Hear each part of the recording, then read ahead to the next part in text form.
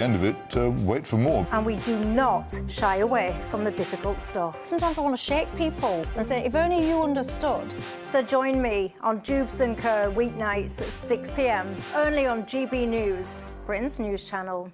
The royal family is an enduring symbol of tradition, unity and pride for Britain. At GB News, we celebrate what makes this country great. In our new royal newsletter series, you can join me, Cameron Walker, for Inside the Palace, an exclusive look every week that takes you beyond the gates and brings you the very latest from those at the heart of the monarchy. Never miss a royal moment again. Sign up now. Go to gbnews.com/royal newsletter and get the latest straight to your inbox.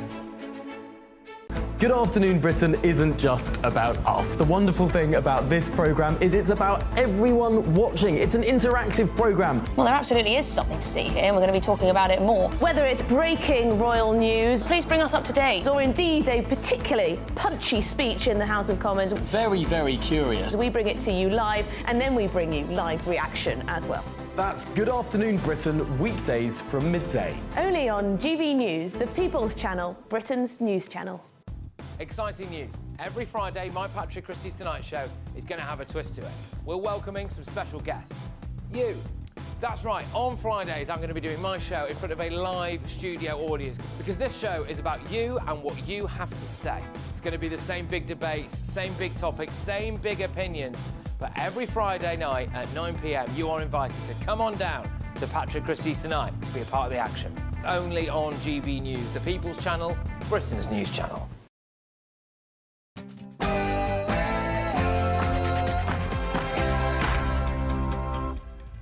It's Saturday night and this is the Saturday 5. I'm Alex Armstrong along with Will Kingston, Emma Trimble, Lee Harris and Kai Wilshaw. Before we get started though, some breaking news as we come on air tonight.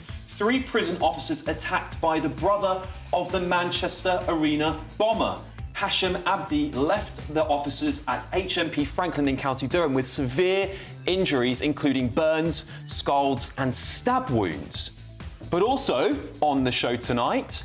The BBC does not deserve your money. Britain is racist against white people. Rape gang shame on the government. Lucy Connolly should be freed. And our ruling class have failed British workers and British steel. It's 6 p.m. and this is the Saturday 5.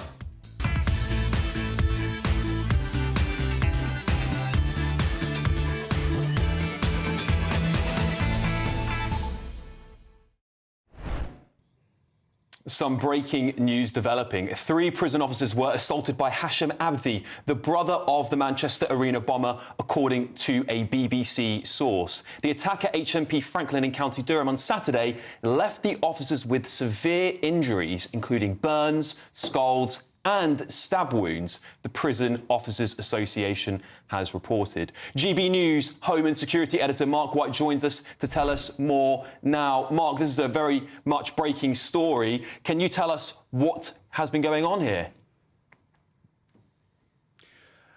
Evening, Alex. Evening, everybody. Yes, an absolutely horrific attack that unfolded this morning at HMP Frankland in County Durham, that Category A prison that's housing the most serious of offenders, including many terrorist offenders. This attack, according to the Prison Officers Association, the Prison Officers Union, was carried out by Hashim Abedi, the brother of Salman Abedi, the Manchester Arena bomber. Of course, Hashim Abedi also serving a life sentence for his part in the Manchester Arena bombings, for helping plan and assist Salman Abedi in that horrific endeavour. Well, today we're told from the Prison Officers Association that in the kitchen area of a separation unit, that's where terrorist prisoners in particular are kept in an area away from the general prison population.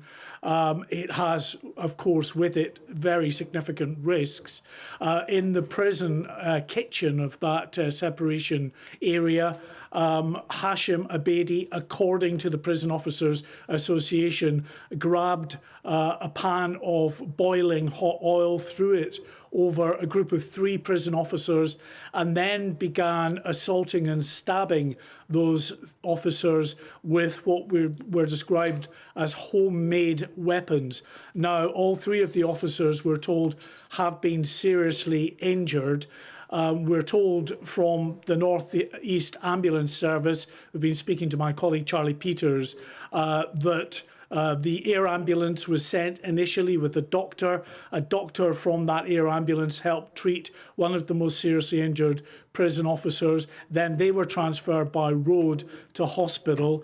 Another doctor, a medic, has also accompanied an ambulance, a land ambulance, taking a second prison officer to hospital, and the third prison officer has also been taken by land ambulance to hospital. We have no further update on the severity of the injuries, but the Prison Officers Association saying that the injuries are serious. I should say we just had a statement from the Justice Secretary, Shabana Mahmood.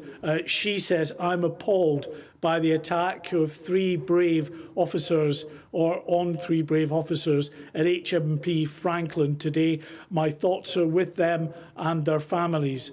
The police are now investigating, she says. I will be pushing for the strongest possible punishment. Violence against our staff will never be tolerated. And Alex, I've also got a very strong worded statement from the chairman of the Prison Officers Association, Mark Fairhurst. He has said, "First and foremost, my thoughts are with the injured staff, their families and colleagues. No officer should be subject to cowardly and vicious attacks at work. The POA will support our members as much as we need during this traumatic time. This attack displays the dangers," he says, of brave prison officers, what they face on a daily basis. Separation centres, he goes on to say, hold the most dangerous terrorist offenders who simply do not wish to alter their ideology, and as this event confirms, are determined to inflict violence on those who hold them securely. He goes on to say, "We must now review the freedoms we allow separation centre prisoners. I am of the opinion that allowing access to cooking facilities and items that can threaten the lives of staff should be removed immediately. These prisoners need only receive their basic entitlements, and we should concentrate on control and containment instead of attempting to appease them. Things have to change," according to the chair of the Prison Officers Association, Alex. So clearly very angry at the fact that 3 prison officers have been attacked and seriously injured by the brother, it seems, of the Manchester Arena bomber Salman Abedi, his brother Hashim Abedi, serving a life sentence for his part in those horrific events back in Manchester in 2017. Yeah, Mark, I mean, many questions will be asked now as to how on earth this has happened. Of course, there's already difficulties recruiting new prison officers in the system. Do you think the government will be urgently reviewing the freedoms prisoners have in these high-security prisons at this point in time? Well, they will certainly review it, but I mean, there are so many reviews because there are so many serious incidents that happen within the prison estate. And the fact is, wherever you are in the prison estate, even some of the category B and C prisons can be pretty dangerous environments, but a category A maximum security prison is, of course, potentially very dangerous. It needs to have highly trained staff and plenty of them. We know that the prison service has gone through a crisis in terms of the number of prison officers. Both the previous government and this government involved in trying to increase the numbers of prison officers. But you've got a particular issue, I think, with terrorist prisoners, and by that I mean Islamist prisoners. It's not necessarily an issue that we see with anybody who has been convicted of far-right ideology, but within the Islamist prison sector in a number of prisons, there are Islamist gangs. And in fact, there was reporting just a week ago on Frankland Prison expressing some real concerns that were being expressed by prison officers, staff at that prison, about the way in which these Islamist gangs seem to operate with impunity in parts of the prison, particularly in the separation centre where they are concentrated. It's one of the flaws. We can see why you have a separation centre to try and keep them away from the main population. But the flaw in that particular method of operation is you're putting dozens of very dangerous individuals with often, a twisted ideology and a determination to cause authority as much harm as possible. You're putting them together in very concentrated numbers, and as such, of course, it can be extremely dangerous for those that have the onerous task of having to guard these individuals. Thank you so much for joining us. As Mark White, GB News Home and Security Editor. He's going to be joining us every hour to give us more updates on that. But we're also now joined by former inmate at HMP Wandsworth, David Shipley. David, thank you very much for coming on to the Saturday 5 this evening. This is quite a serious story. From your experience, have you seen anything like this happen during your time serving there? No, so I wasn't at Frankland. I only ever served time in a B category and below jails, and I never saw anything like this. This is an awful, awful attack, and I think it demonstrates that with these kinds of prisoners, we aren't doing enough to keep staff safe. Yes, and did you feel that security was an issue during your time at HMP Wandsworth at all, David? Yeah, I think, as I've often said before, Wandsworth is at the time was an astonishingly unsecure and chaotic jail, and that's why you saw Daniel Khalif escape. That's why you saw an escape in 2019. It was a disaster waiting to happen. Our home and security editor there, Mark White, was informing us about that story that broke just a week ago about the spread of extreme Islamism within prisons and the separation units, perhaps even overflowing, according to some reports. Is there a worrying concern that there's radicalisation happening, that these gangs are sort of operating within the prison system now? And if so, David, would you have any experience of that during your time? It absolutely is a concern. So if you look at the reporting last week said that at Frankland, essentially Islamists were in control of large parts of the jail. And I actually wrote a follow-up piece on that for The Spectator. And when I spoke to the Ministry of Justice, they said, there's nothing to see here. These rumours are completely untrue. And I just don't think they have a clue what's going on inside jails like Frankland. And with this one, we looked at the fact that these guys are being held in separation units, but they've got cooking facilities. And this is a key thing the Prison Officers Association are warning about. And I think really we need to look at something more like a US Supermax model, where prisoners are held in individual cells, they're fed in their cells, and their behaviour is much more tightly controlled, so nothing like this ever happens again. I've got Emma Trimble here who'd like to ask a question to you, if you don't mind. Yeah, David, it's been quite some time now since Ian Akerson did his prison review, which raised a lot of concerns about extremist Islamist radicalisation in prisons. And actually, it seems to have only gotten worse since then. I think many people will be looking at this story and thinking it's absurd that these extremist prisoners had access to boiling water or any other kind of thing that they could use as a weapon. Was that something that you experienced? Did you see any signs of Islamists being able to access things that really common sense would suggest they shouldn't be able to? No, I wasn't held with any Islamist terrorists. They tend to get held at jails like Belmarsh and Frankland. But I know from friends of mine who were at Belmarsh that there are similar issues there. And I think we just don't realise that we have to treat these prisoners quite differently. A jihadist prisoner who's tried to kill or has successfully killed many people is not like even a run-of-the-mill murderer. These are very, very dangerous people, and we clearly cannot hold them in this way because it means horrible attacks like this happen. Will? Yeah, David, this prisoner obviously knows that he's going to be in jail for the rest of his life. He'll never get out. I'm thinking, what are the disincentives to stop this sort of behaviour? What are the sorts of punishments that you can give in jail that makes it less likely that these sorts of prisoners will attack officers in this way? There's really not very much, and this is one of the issues. We don't have a lot of stick available in the prison system. He could be held in segregation, where he won't get to interact with other prisoners. He could be put on basics. He'll have fewer privileges.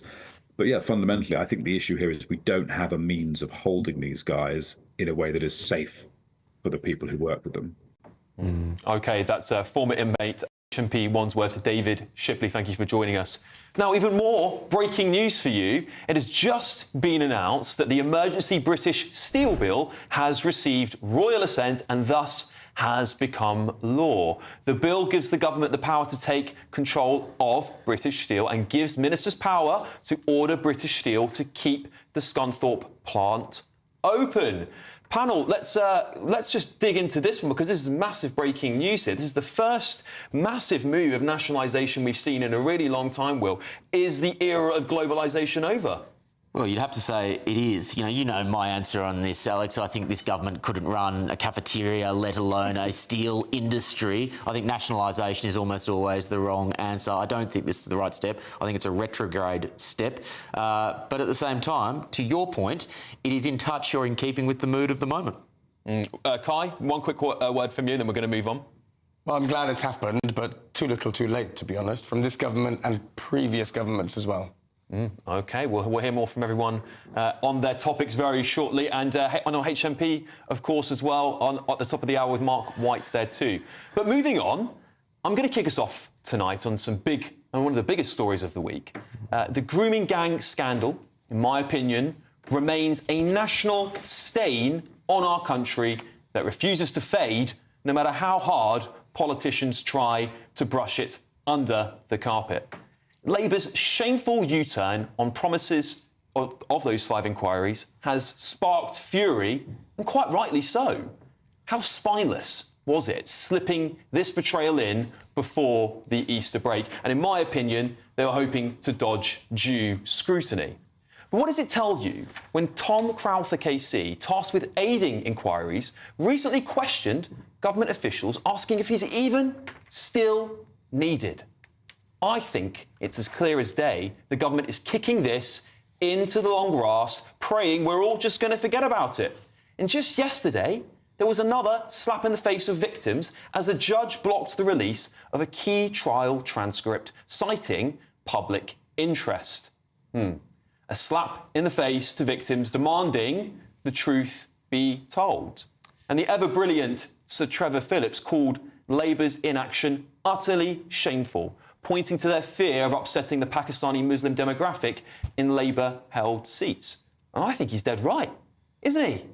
Labour's running scared of the voters they've courted in areas transformed by mass migration. Now they're suffering from their own defence of migration policies. Labour, of course, would deny all of these claims. But in my opinion, this isn't just negligence. I think it's a cover-up rooted deep in our institutions. Why else would they dodge inquiries into this sick pandemic decades after it was exposed? Home Secretary Yvette Cooper has insisted the victim-centred, locally led inquiries will still go ahead, while a Home Office source told reporters more could take place in addition to the 5. So my question is this: can any government be trusted to deal with this crisis? Lee, this is ongoing, and it has been ongoing through multiple governments, not just Labour, of course, but the Tories were able to tackle this as well. Can anyone be trusted to solve this problem? Well, I think specifically Labour definitely can't be trusted to solve this problem because of the reasons just given. It seems very clear to me that they're making... this is obviously that they're trying to protect the Muslim vote.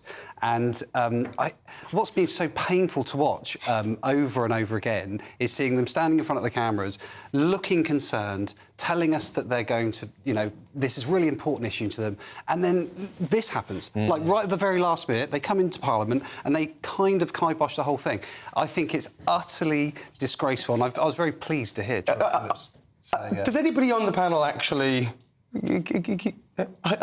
keep a straight face when you're saying this? I mean, really? I think it's bizarre actually you can't keep a straight face while he's talking about it. No, what's painful is to see Conservative politicians who had responsibility for exactly this issue, who had a report that was comprehensive, an inquiry that was comprehensive. It wasn't comprehensive, Kai, that's wrong. But it went it's like a line. But it went some of the way, and then none of the recommendations were implemented. So No, to be honest, there and say, and for you and consecutive Conservative politicians who had responsibility over this, to sit and say that the Labour Party is doing nothing after, 10 months of government, when they sat on this for years and years and years and did nothing, I think it's ridiculous. So I'll pass to someone else on the panel, but I mean, this is ridiculous. Even the Home Office is doing a U-turn on their U-turn, on their U-turn, on their U-turn. There's clearly something going on here, in my opinion, that is a little bit it's not right. Even Sir Trevor Phillips, for goodness sake, who I believe is a Labour Party member,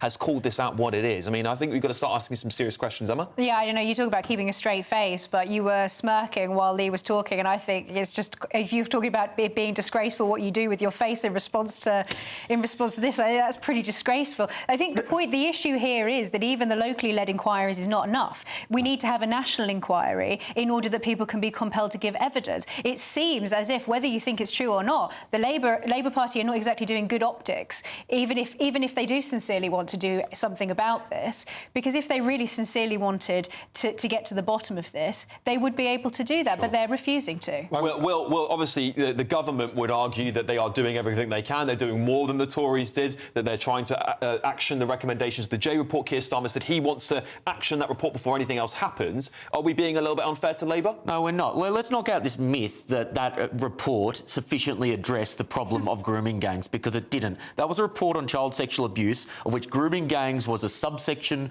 of a subsection. It didn't go into the cultural reasons behind the grooming gangs problem. It didn't go into the systemic reasons as to why this keeps happening to this day. That's why we need a national inquiry. And it is such a sad indictment on this government that it takes an now independent MP in Rupert Lowe, who's the only one who has the guts to actually raise the money and put this on the national agenda. Well, the Tories are saying they're going to do a national inquiry if they win the next election. Yeah. Would that be better than the local inquiries Labour's promising? No, I actually completely agree that the local inquiries don't go far enough, and that's just insufficient from this government. And I'll hold my hands up. I'm a member, but not a member of the government. But I'll say it's not enough. It's not enough because the public feeling is there. The public interest is there. And that's actually one of the main causes for a public inquiry. One of the main standards that we have is if there's public interest, then, you know, it means there should be a public inquiry. It's a shame there's a Netflix documentary about oh, yes. To read conspiracies into this, I think, is wrong. OK. So a rise to reply here from the Home Office. A Home Office spokesperson has said it's wholly wrong to claim the government is cancelling local child abuse inquiries. We will pursue justice for victims without fear or favour, and claims we would not do so to avoid offending any group are false. We are providing $5 million to help support local inquiries so we can deliver the meaningful change victims deserve. Rubbish. OK, time for our great British giveaway. It's our biggest prize to date, everybody, and your chance to enjoy as many getaways as you like in your very own for birth, everyone, motorhome, worth over £67,000. And that's not all, as we're also going to give you £5,000 in cash too. Do you want the chance to become our biggest winner to date? Well, here's all the details you need.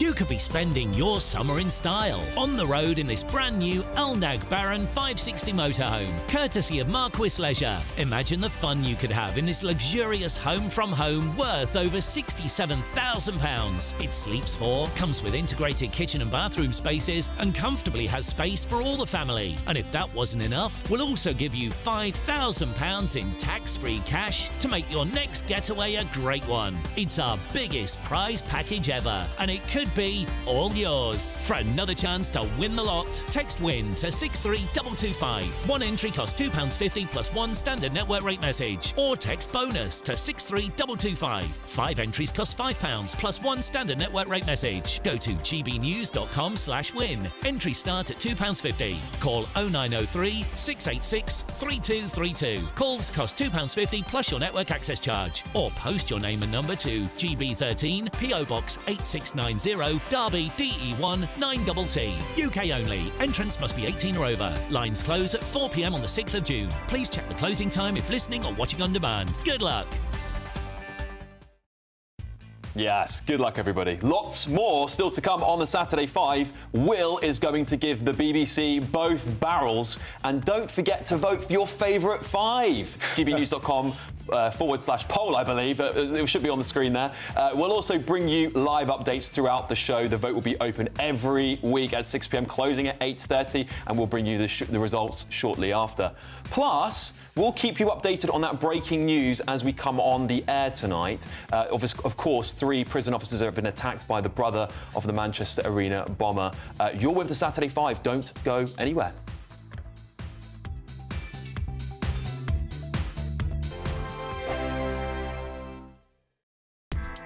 Join me, Nana Akwe, for an informative, interactive news programme with a difference.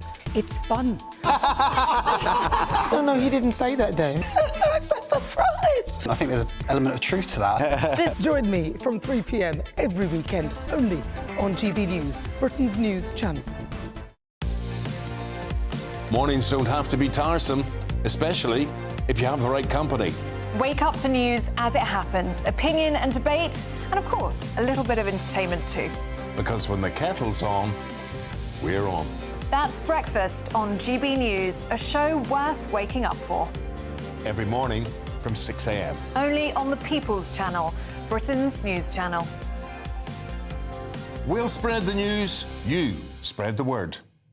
Hi, I'm Michelle Dewberry, and my show is your opportunity to cut through all the noise and dive in headfirst to some robust debates. Ideas clash. Situation, No, Because the failure is... You're deliberately avoiding my point. Nothing's held back. And if you think this is the end of it, wait for more. And we do not shy away from the difficult stuff. Sometimes I want to shake people and say, if only you understood. So join me on Dewbs and Kerr weeknights at 6 p.m, only on GB News, Britain's news channel. This is Britain's Newsroom, where your voice matters. It's just astonishing. With expert analysis and honest opinion, we don't just keep you informed. We bring you unique perspectives you won't see anywhere else. Can't argue with any of that. When the news happens, it happens here. On Britain's Newsroom, weekdays from 9:30 a.m. Only on GB News. Exciting news. Every Friday, my Patrick Christys Tonight Show is going to have a twist to it. We're welcoming some special guests. You. That's right, on Fridays I'm going to be doing my show in front of a live studio audience because this show is about you and what you have to say. It's going to be the same big debates, same big topics, same big opinions, but every Friday night at 9 p.m. you are invited to come on down to Patrick Christys Tonight to be a part of the action. Only on GB News, the People's Channel, Britain's news channel. The royal family is an enduring symbol of tradition, unity and pride for Britain. At GB News, we celebrate what makes this country great.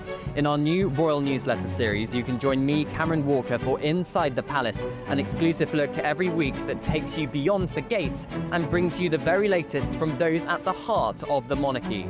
Never miss a royal moment again. Sign up now. Go to gbnews.com/royal newsletter and get the latest straight to your inbox. Headliners on GB News 11 p.m. every night. It's got 3 top comedians going through the next day's newspapers so you don't have to read them, which is great. That's a good point. He's lying. Maybe he's not lying. That's Headliners every night from 11 p.m. and 5 a.m. as well on GB News, Britain's news channel.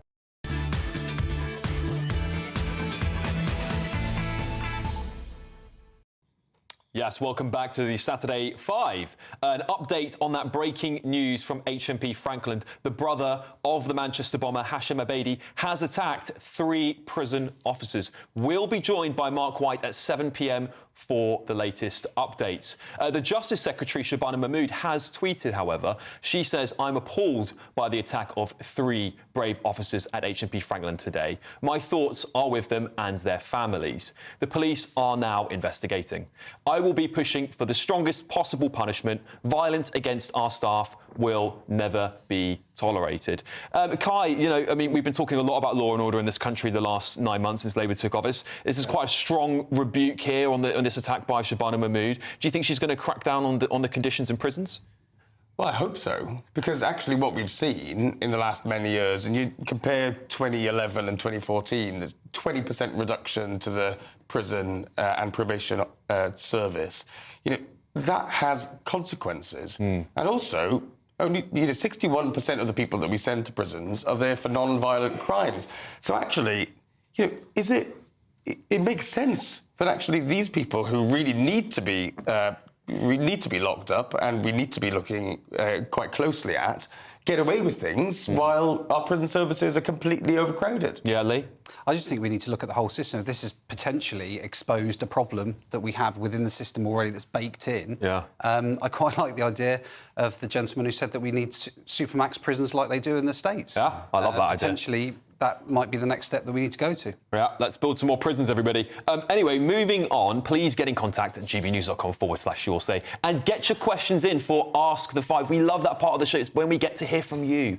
Thank you for your messages so far. I will read some out later in the show. And don't forget, more importantly, to vote for me, your favourite five, gbnews.com/poll. The vote will close at 8:30 p.m. But now it's time for our next debate. Who is going to take up the mantle? Yes, thank you, Alex. The BBC Breakfast Show had the opportunity to interrogate the leader of His Majesty's loyal opposition earlier in the week. What did they want to probe her on? The state of the economy, the terrible situation that Birmingham finds itself in, geopolitical crises? No, they wanted to talk about her Netflix viewing habits. Let's see it. Have you watched Adolescence yet? No, I haven't. I probably won't. It's a film on Netflix, and most of my time right now is spent visiting the country. Why would you not want to know what people are talking about? Well, I think that those are all important issues, and those were issues that I've been talking about for a long time. But in the same way that I don't need to watch Casualty to know what's going on in the NHS, I don't need to watch a specific Netflix drama to understand what's going on. It's a fictional series. To her credit, Kemi Badenoch handled that garbage interview very well. But that's it. That's the final straw for me. The BBC does not deserve a penny of public funding, let alone the billions that it receives from licence fees every single year. The fact of the matter is, a public broadcaster is a relic from the 1920s anyway, long before the age where you could get all the information and entertainment that you needed on the internet. The country is broke. The £3.7 billion that goes towards the BBC could be better used elsewhere. But there's a matter of principle here as well, and that is there are too many BBC journalists who bring the profession into disrepute, like those journalists on the BBC Breakfast Show. They are cheerleaders for the latest liberal leftist cause of the moment. They flout their obligation to be independent and balanced on a regular basis. And I'm sorry, but it is not the position of public taxpayers to fund leftist elite causes that too often are the topic of the moment on the BBC. It has become a garbage media enterprise that is shaming what was once a proud history. It doesn't deserve any of your money. OK, Kai? I mean, this is just outrageous. And this is the classic kind of stuff that we hear from you and the right wing. To have this knee-jerk reaction to one interview and to extrapolate from that and project onto that your political project and to say that the BBC should be defunded when it does incredible work across the world, it deserves much more than the $3.7 billion that you claim. And actually, it does incredible work. I can't believe that on the basis of one interview, you would garbage the entire thousands of people who work for the corporation. Go on, Emma. Well, it's not on the basis of one interview. I mean, just watching that interview is totally demented. When she pushes back and she says, well, I don't need to watch Casualty in order to know about the state of the NHS. And they seem to think that that's so highly offensive. Oh, you're comparing Casualty to the sacred adolescence. It's absurd. It's a complete waste of the leader of the opposition's time to do an interview like that. They are, and I think Will is right, they are making a mockery of not only the BBC. If you like the BBC, you should be concerned about that, but also of journalism more generally. People are losing faith in this sort of thing because, as you said, it's garbage. Yeah, it is.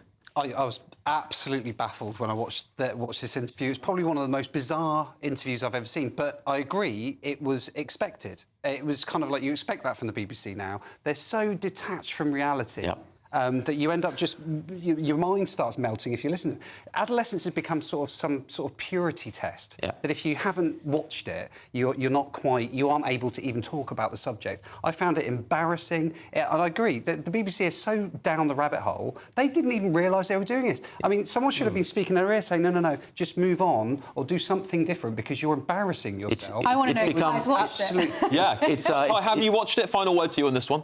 You know I've watched the whole thing, and I've been on many debates on this show talking to people who haven't watched it, who are very happy to debate about it. Look, it's interesting because actually this has captured the public's imagination, this show. Imagination being the operative word. Yeah, and it's a drama, and I don't think it should have been elevated to the point where it has. We keep talking about it, they're calling it a documentary. But repeatedly. More than once. Yeah, no, and that's wrong. But people have enjoyed it, so why not discuss the topics it brings up? OK, guys, right, we need to move on because, talking of the devil, it's Kai up next. Kai, what have you got for us this week? It is, well, I'm talking about how successive governments have failed British workers and British steel. Now, today, it won't have escaped your attention that the Labour government rushed through legislation to nationalise or prepare for the nationalisation of the steel plant in Scunthorpe. Now, it was risking imminent closure as 2 blast furnaces were at risk of going cold. But our ruling class have failed workers and failed our steel industry for many, many decades. Kemi Badenoch boldly claimed today in the Commons that she had organised a deal. Now, Johnny Reynolds, the Secretary of State, was trying his hardest not to call her a liar, but he almost got there. Now, let's not forget that the Tories were the ones who privatised British Steel in 1988. Nigel Farage, always keen for a photo op, of course, turned up in Scunthorpe a few days ago. Whereas in January 2023, he asked on Twitter, why should the government bail out the company now? Speaking of exactly the same company that owns the Scunthorpe plant. Interesting change of heart there. And I won't lie, the Labour Party hasn't covered itself in glory either.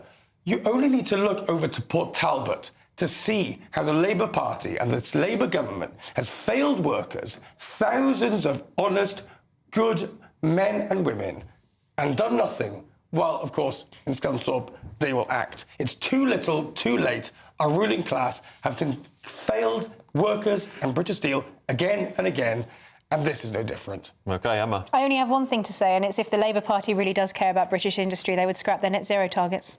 Simple as that. Because both can live together. No, they can't. Really? Yes, they can. Oh, really? Exactly. Yes, I'm not so sure about that, Kai. Net zero plans and the reindustrialisation of developed countries is our best route out of the current economic malaise. Emma is absolutely right. You cannot have both at the same time because our manufacturing energy costs are so high in this country. There is no option.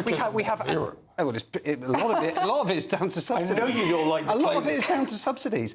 It's not all because of net zero, no, but a massive proportion of it is, and that is partly why we have to nationalise the steel plants. That is literally part of the reason. Yeah. Kai's gone through the looking glass, I think. Yeah, of course, yes. Of course, net zero is a factor because energy is incredibly expensive in this country and energy is a big part of how you produce steel.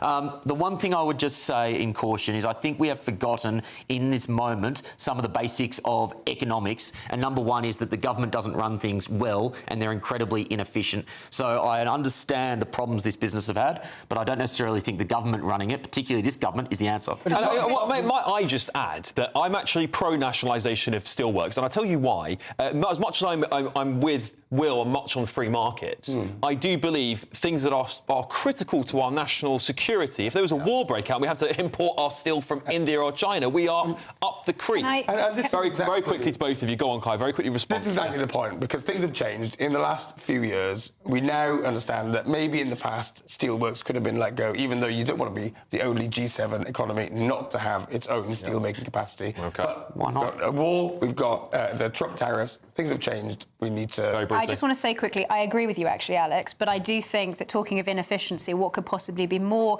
inefficient than the government ransacking industry with their net zero targets and then nationalising them in order to save them? That is not an efficient... Well, there you go. There you have it, everybody. Lots of debate there on that big breaking news story tonight. Lee Harris is up next, and he's going to be arguing that Lucy Connolly should be released. You're with the Saturday 5, live on GB News.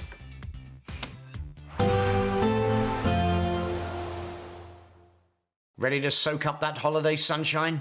Won't we need some cover? No worries. All sorted. All Clear Travel Insurance sponsors GB News Travel Destinations Forecast. And if you're off on your holidays this week, let's check out the weather where you are. So there's still going to be a fair amount of showers across the western half of Europe. Tenerife Islands, Portugal, parts of Spain and France seeing these showers around. Longer spells of rain moving into the northern half of Italy, but across the southern half there should still be some decent sunny spells. Best of the sunshine across Greece, but there still will be a strong northerly breeze as well. Temperatures across the board either in the high teens or into the early 20s, and the best of the sunshine in Santorini. All Clear Travel Insurance sponsors GB News Travel Destinations Forecast. If you want your news to be straight talking, this is a nightmare for the Conservatives again. Down to earth. It's not just Nottingham where this is happening, is it? And most importantly, honest. Hard-working, middle-class taxpayers, they'll get their book thrown at them. Then catch me, Martin Daubney, Monday to Friday, 3 till 6 p.m. on GB News, Britain's news channel. Patrick Christys Tonight, weekdays from 9 p.m. Do you think that this Meghan Markle lifestyle range is really going to fly off the shelves? Do people want her very expensive look? OK, so I'm going to caveat my answer with the fact that I do think Meghan has really, really good style. I don't think anybody is debating that. She always looks incredible. She wears amazing clothes. She knows how to put herself together. Will that translate into sales? Well, I think you've just hit the nail on the head. And by the way, I think you have an amazing future in TV sales beckoning for you. It's frankly probably my only future, actually, Amber. I think it's probably my only future. But carry on. I mean, the question is, they're very, very expensive clothes, aren't they? I mean, I had a little trawl through as well, you know, just in case I wanted to buy something. I think the cheapest thing I could find was a pair of £120 J. Crew white linen trousers. It's not just the fact that this stuff is really expensive, but who is dressing head to toe in white every day? The clothes that she's chosen as well are just not the clothes that mere mortals wear. I mean, look, there she is in the kitchen, she's cooking up a storm. Who's wearing all white? Who is this actually aimed at? It's not mums in a rush, is it? It's not some poor single mum in Basingstoke who's got 2 screaming kids, and you know that all of us, you know, look at the stuff that she's churning out there. And by the way, what is not her home and with no children in sight. I mean, who is this clothing range for? I have absolutely no idea. It's not me. It's not anyone I know. It's fascinating that I mean, if you're going to launch any brand, the first thing you do is ask, who's my customer? Who's my audience? They clearly haven't got a clue. Nobody needs to know how to make their own tea bags. Nobody. No, and also, stop sprinkling flowers on stuff. Stop it. No one does that.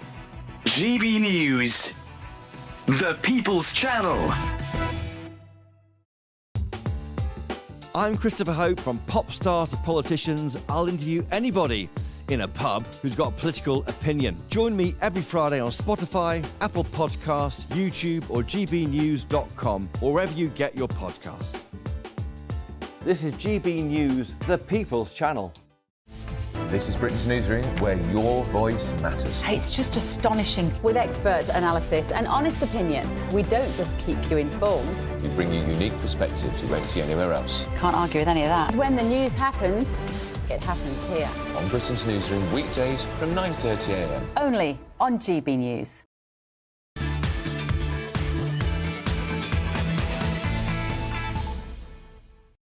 Welcome back to the Saturday 5. A reminder of that breaking news from HMP Frankland. The brother of the Manchester bomber Hashim Abdi has attacked 3 prison officers. We'll be joined by Mark White at 7 p.m. for the latest updates. And don't forget to get in touch with us at gbnews.com/yoursay and get your questions in for Ask the 5. Thank you for them all so far. Of course, don't forget to vote for your favourite 5 at gbnews.com/poll. How are we doing? I'm on 14%. Emma's on 41, coming in strong there. Will Kingston 28, Lee on 9, Kai on 8. The votes will close at 8:30 p.m. Now it is time for our next debate, I believe. Who is up next? Is it Lee? It's me. Yeah, it is. Our politicised 2-tier justice system is out of control, and Keir Starmer's crackdown on free speech is tearing Britain apart. It's a shameful betrayal of anyone who believes in fairness and equality under the law. Lucy Connolly, a grieving mother, rots in a cell, not for violence, but for words. Words typed in anguish after what happened in Southport. 3 girls murdered, a nation in mourning. And in a moment of madness, she typed a vile Facebook post and deleted it a few hours later. And for that, she was jailed for a staggering 31 months. In my view, she received a grossly disproportionate sentence, and likely as a result of two-tier care leaning on the justice system to make an example of her. Meanwhile, Labour MP Mike Amesbury physically assaults a constituent and walks free. Suella Braverman, Liz Truss and now Kemi Badenoch said it's excessive. I'd go further. I'd say it's an Orwellian clampdown on free speech, and it's a warning to anyone who dares to dissent. In my view, Lucy Connolly is a political prisoner and she should be released. Let her go home to her family, along with every single person jailed for years for hurty words. I fear trust in our judicial system is disintegrating, and I do not like where that leads.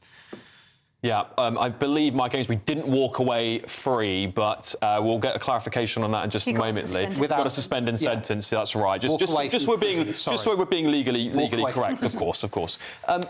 Kai. What do you make of it all? Have we failed, being harsher on people with social media, tweets and things like that, over we are real hardcore criminals? Look, as we discussed last week, I'm a common sense kind of guy, and I don't think... That's debatable. Bombshell there.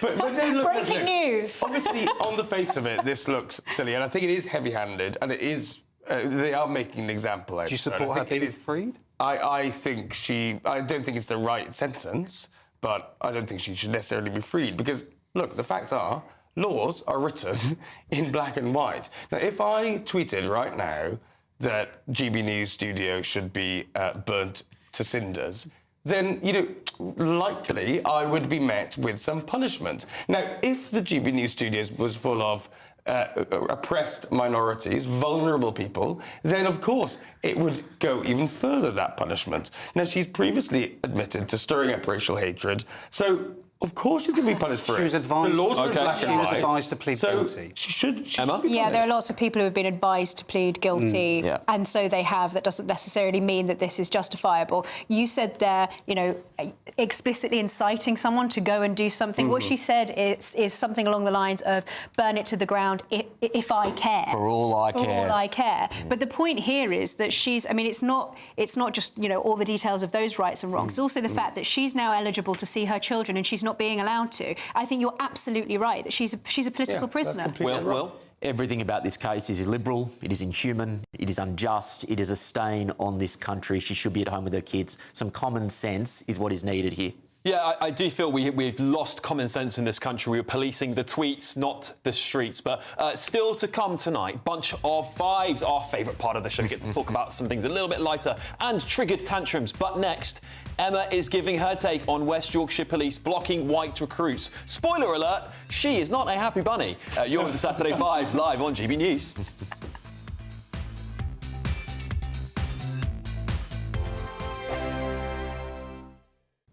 Hello there, welcome to your latest GB News weather forecast on the Met Office. Well, for the next few days, most of us will probably see some rain at times, but there still will be some sunshine around, and for all of us, temperatures returning to nearer to normal for the time of year. Reason for the change is we're really now being dominated by areas of low pressure, and these weather fronts will be the focus of some spells of rain. So as we move through into the early hours of Sunday morning, these bands of rain will spread their way eastwards. I think most of us, by the early morning, will probably see at least a few splashes of rain. But with the cloud and rain around, for most of us, a milder night than what we have seen of late, although we could just still see a touch of frost across the very far west of Scotland.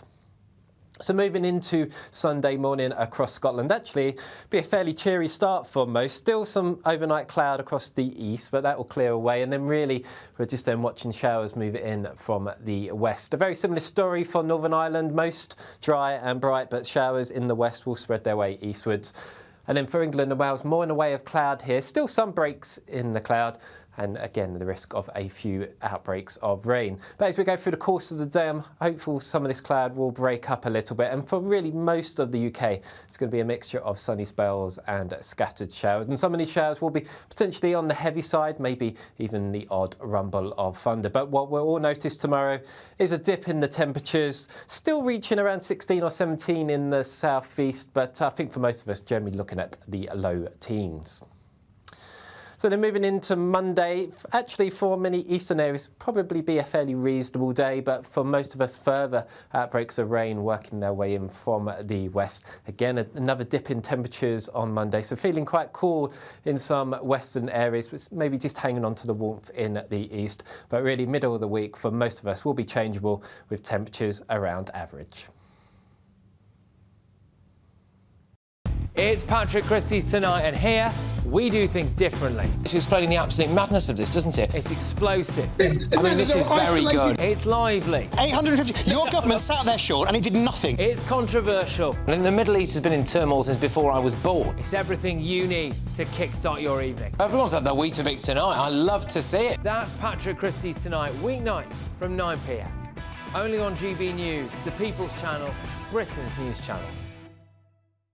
Good Afternoon Britain isn't just about us. The wonderful thing about this programme is it's about everyone watching. It's an interactive programme. Well, there absolutely is something to see here, and we're going to be talking about it more. Whether it's breaking royal news, please bring us up to date, or indeed a particularly punchy speech in the House of Commons. Very, very curious. We bring it to you live, and then we bring you live reaction as well.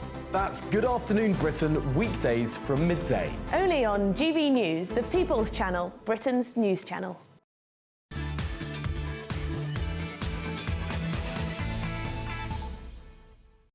Welcome back to the Saturday 5. A reminder of that breaking news from HMP Frankland. The brother of the Manchester bomber, Hashim Abedi, has attacked 3 prison officers. We'll be joined by Mark White again at 7 p.m. for the latest updates on that. But don't forget, while you're on gbnews.com, to get in contact with us at gbnews.com/yoursay.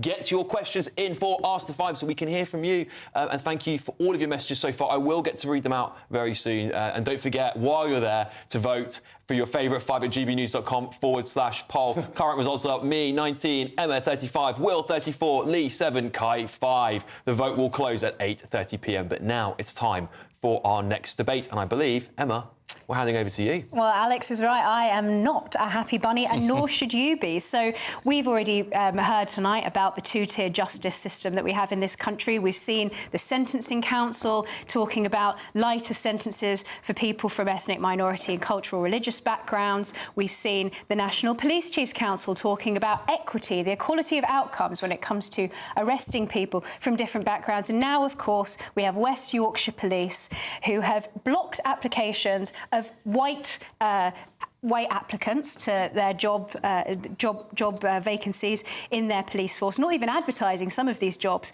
for white people. And this is a police force who has 19 DEI, diversity and equality and inclusion staff, at the cost of £1 million a year. So there's £1 million a year from the taxpayer. And this is a police force, of course, that have a track record that is, let's say, not the most glowing. Ben Jones from the Free Speech Union pointed out on Twitter this week that they are the same police force that recorded a non-crime hate incident against a schoolboy who accidentally damaged a Quran that he owned, that he took it to school and dropped it on the floor and accidentally scuffed it. They attended a de facto blasphemy trial at a local mosque, and also arrested an ex-Muslim convert to Christianity for burning a Quran. So I think we really need to be seriously talking about the fact that this country, for all of the talk about institutional and structural racism, seems to have a problem with white people. Interesting stuff, Kai. What do you make of all of that? Look, 16% of West Yorkshire are British Asians. And it's only right that actually the police force represents the population that it polices. Why? Because that makes it much more. It makes them much more effective. Why?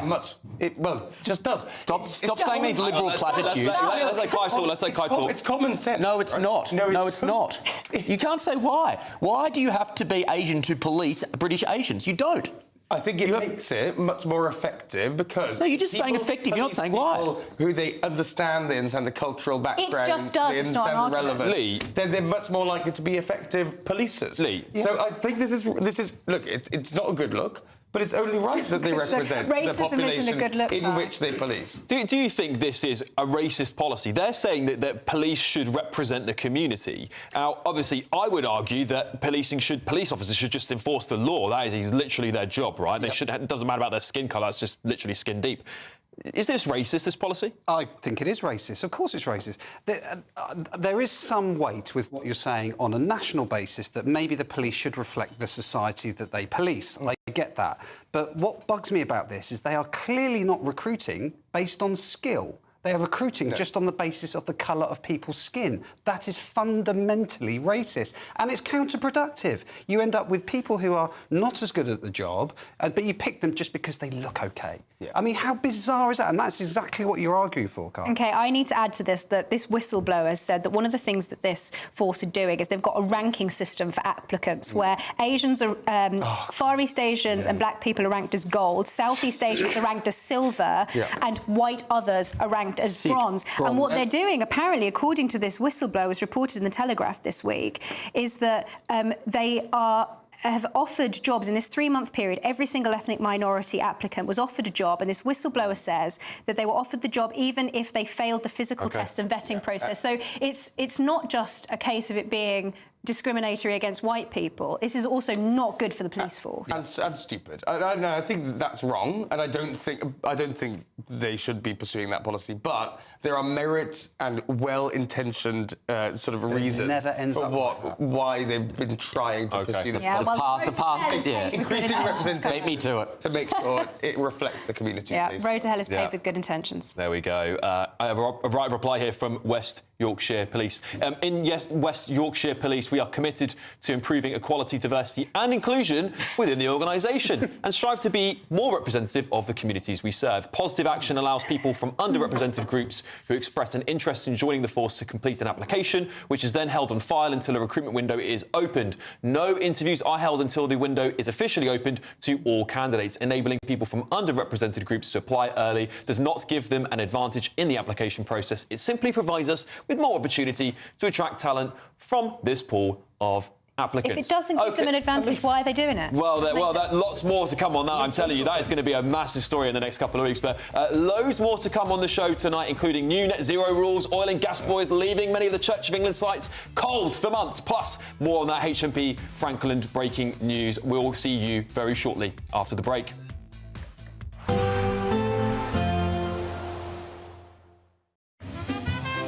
Heavy showers first thing will be followed by a warm, cosy day. Boxed boilers, sponsors of weather on GB News. Hello there, welcome to your latest GB News weather forecast on the Met Office. Well, for the next few days, most of us will probably see some rain at times, but there still will be some sunshine around, and for all of us, temperatures returning to nearer to normal for the time of year. Reason for the change is we're really now being dominated by areas of low pressure, and these weather fronts will be the focus of some spells of rain. So as we move through into the early hours of Sunday morning, these bands of rain will spread their way eastwards. I think most of us, by the early morning, will probably see at least a few splashes of rain. But with the cloud and rain around, for most of us, a milder night than what we have seen of late, although we could just still see a touch of frost across the very far west of Scotland. So moving into Sunday morning across Scotland, actually be a fairly cheery start for most. Still some overnight cloud across the east, but that will clear away. And then really we're just then watching showers move in from the west. A very similar story for Northern Ireland, most dry and bright, but showers in the west will spread their way eastwards. And then for England and Wales, more in the way of cloud here. Still some breaks in the cloud, and again the risk of a few outbreaks of rain. But as we go through the course of the day, I'm hopeful some of this cloud will break up a little bit, and for really most of the UK it's going to be a mixture of sunny spells and scattered showers, and some of these showers will be potentially on the heavy side, maybe even the odd rumble of thunder. But what we'll all notice tomorrow is a dip in the temperatures, still reaching around 16 or 17 in the southeast, but I think for most of us generally looking at the low teens. So then moving into Monday, actually for many eastern areas, probably be a fairly reasonable day, but for most of us, further outbreaks of rain working their way in from the west. Again, another dip in temperatures on Monday, so feeling quite cool in some western areas, but maybe just hanging on to the warmth in the east. But really, middle of the week for most of us will be changeable with temperatures around average. Heavy showers first thing will be followed by a warm, cosy day. Boxed boilers, sponsors of weather on GB News.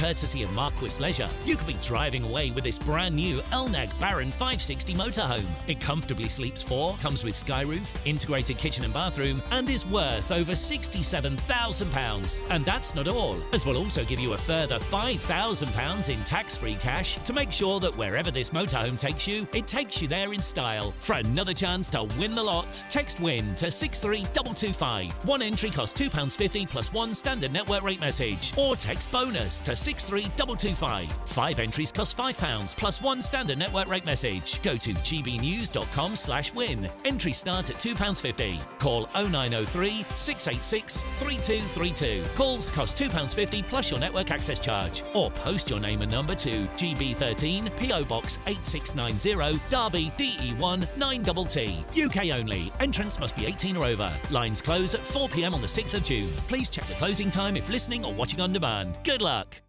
Hi, I'm Michelle Dewberry, and my show is your opportunity to cut through all the noise and dive in headfirst to some robust debates. Ideas clash. Situation, no, isn't it? Because the failure is... You're deliberately avoiding my point. Nothing's held back. And if you think this is the end of it, wait for more. And we do not shy away from the difficult stuff. Sometimes I want to shake people and say, if only you understood. So join me on Dubes & Co. weeknights at 6 p.m, only on GB News, Britain's news channel.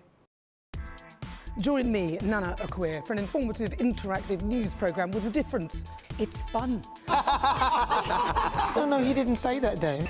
I'm so surprised. I think there's an element of truth to that. Join me from 3 p.m. every weekend, only on GB News, Britain's news channel. The royal family is an enduring symbol of tradition, unity and pride for Britain. At GB News, we celebrate what makes this country great. In our new Royal Newsletter series, you can join me, Cameron Walker, for Inside the Palace, an exclusive look every week that takes you beyond the gates and brings you the very latest from those at the heart of the monarchy. Never miss a royal moment again. Sign up now. Go to gbnews.com/royal newsletter and get the latest straight to your inbox. In the GB Newsroom, we bring you the news as it happens. With our team of dedicated journalists across the UK, we're ready to keep you up to date with what's happening every half an hour, every single day. Bulletins here on GB News, the People's Channel, Britain's news channel. If you want your news to be straight talking, this is a nightmare for the Conservatives again. Down to earth. It's not just Nottingham where this is happening, is it? And most importantly, honest. Hard-working, middle-class taxpayers, they'll get their book thrown at them. Then catch me, Martin Daubney, Monday to Friday, 3 till 6 p.m. on GB News, Britain's news channel.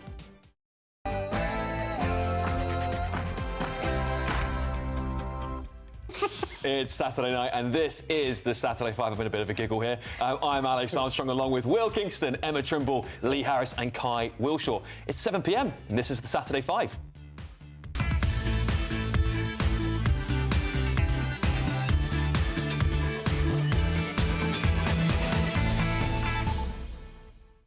Yeah, still to come tonight, Oxbridge alumni, 2 on the panel here tonight. Kai Wilshaw, believe it or not, and Emma will be battling it out. And if Cambridge has gone woke, as the elite university is set to stop telling students where they place in exam rankings. We're also going to be joined by our home and security editor, Mark White, to get that developing news story from HMP Frankland, where 3 prison officers attacked by the brother of the Manchester Arena bomber. Hashim Abedi left the officers at HMP Frankland in County Durham with severe injuries, including burns, scalds and stab wounds. We'll also be answering all of your questions in Ask the 5. I'm not seeing them come through. Please write them in, gbnews.com/yoursay. And don't forget to vote for your favourite 5 at gbnews.com/poll. The poll currently stands at me on 18%, Emma 34, Will 33, Lee 9, Kai 6. The votes will close at 8:30 p.m. But first, it is your news headlines with the brilliant Sam Francis.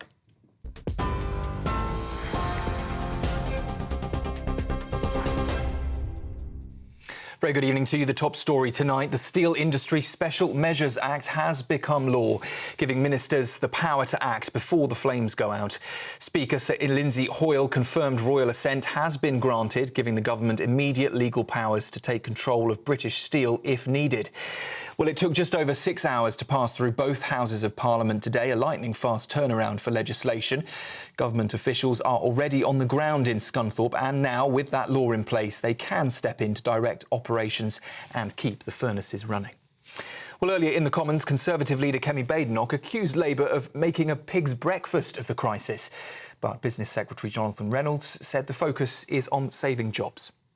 Steel is fundamental to Britain's industrial strength, to our security and to our identity as a primary global power. Today's legislation will help ensure that we can retain that steelmaking capability here in the UK, both now and for years to come. For British workers' security, for British industry's future, and without hesitation in our national interest, and for the workers of British Steel and for their families, this action today is essential. In other news tonight, Hashem Abedi, the brother of the Manchester Arena bomber, has attacked 3 prison officers at HMP Frankland, leaving them with life-threatening injuries. Abedi reportedly threw hot oil over the staff and stabbed them with makeshift weapons during the attack at the high-security jail. We understand 1 female officer has now been discharged from hospital, but 2 others remain seriously injured. 28-year-old Abedi is serving life for helping his brother plan the 2017 arena bombing that sadly killed 22 people. In response to the attack, Justice Secretary Shabana Mahmood has called it appalling and said she would push for the strongest possible punishment. Greek police are investigating a bomb blast outside the offices of the country's main rail network in central Athens. That's as pressure mounts over the country's worst ever rail disaster. The device exploded on Friday evening after an anonymous caller warned media outlets it would detonate within 40 minutes. No injuries were reported, but forensic teams have been gathering evidence at the scene. It comes amid renewed fury over the 2023 crash that killed 57 people, most of them student, and exposed serious safety failings in Greece's railway system. The bombing also follows weeks of protest, with critics accusing the government of failing to hold senior officials accountable. Talks between the US and Iran are underway in Oman, aiming to revive hopes of a deal over Iran's nuclear programme. It is the first time that both sides have come to the table since Donald Trump tore up the last agreement in 2018. Iran says it wants a fair deal that limits but doesn't dismantle its nuclear ambitions in return for sanctions relief. Trump's envoy, though, says Iran must never get a nuclear weapon, warning it would be a very bad day if talks fail. Well, they may not be in the same room, but the stakes are certainly huge. And Israel's defence minister has vowed the military will now expand vigorously its assaults across most of Gaza in what could mark a new and decisive phase of the war. It follows the IDF's takeover of a key corridor separating Rafah and Khan Yunis, effectively cutting off the southern tip of Gaza, where over 1 million displaced civilians are now sheltering. Evacuation orders have been issued as Israel warns of fresh strikes after intercepting rockets fired from Gaza, an attack that Hamas has claimed responsibility for. Those are the latest headlines. Plenty more still to come right here on GB News. For the very latest GB News direct to your smartphone, sign up to News Alerts by scanning the QR code or go to gbnews.com/alerts.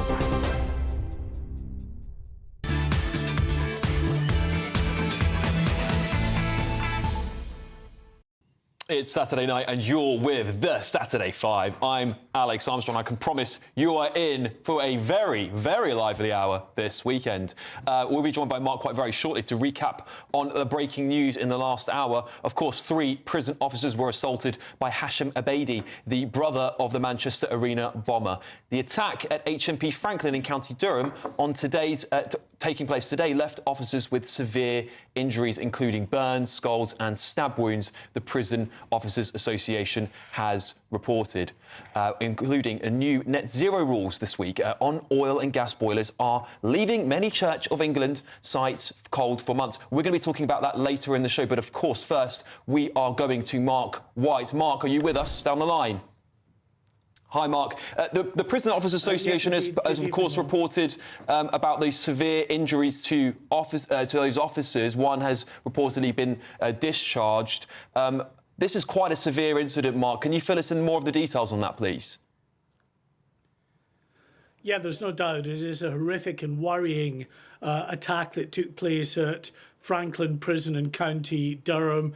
And much of the information we're getting is not really through official sources in terms of the details. We're hearing nothing, for instance, from the Ministry of Justice, just a brief statement from the Justice Secretary. But the details are coming from the Prison Officers Association, the union acting for prison officers, who of course have been speaking directly to those members of staff involved at Frankland Prison. And they really highlight a very concerning incident that unfolded earlier today in the kitchen of the separation unit at Frankland Prison. This is a unit that houses mainly Islamist prisoners, those convicted of terror offences, to keep them away from the main prison population.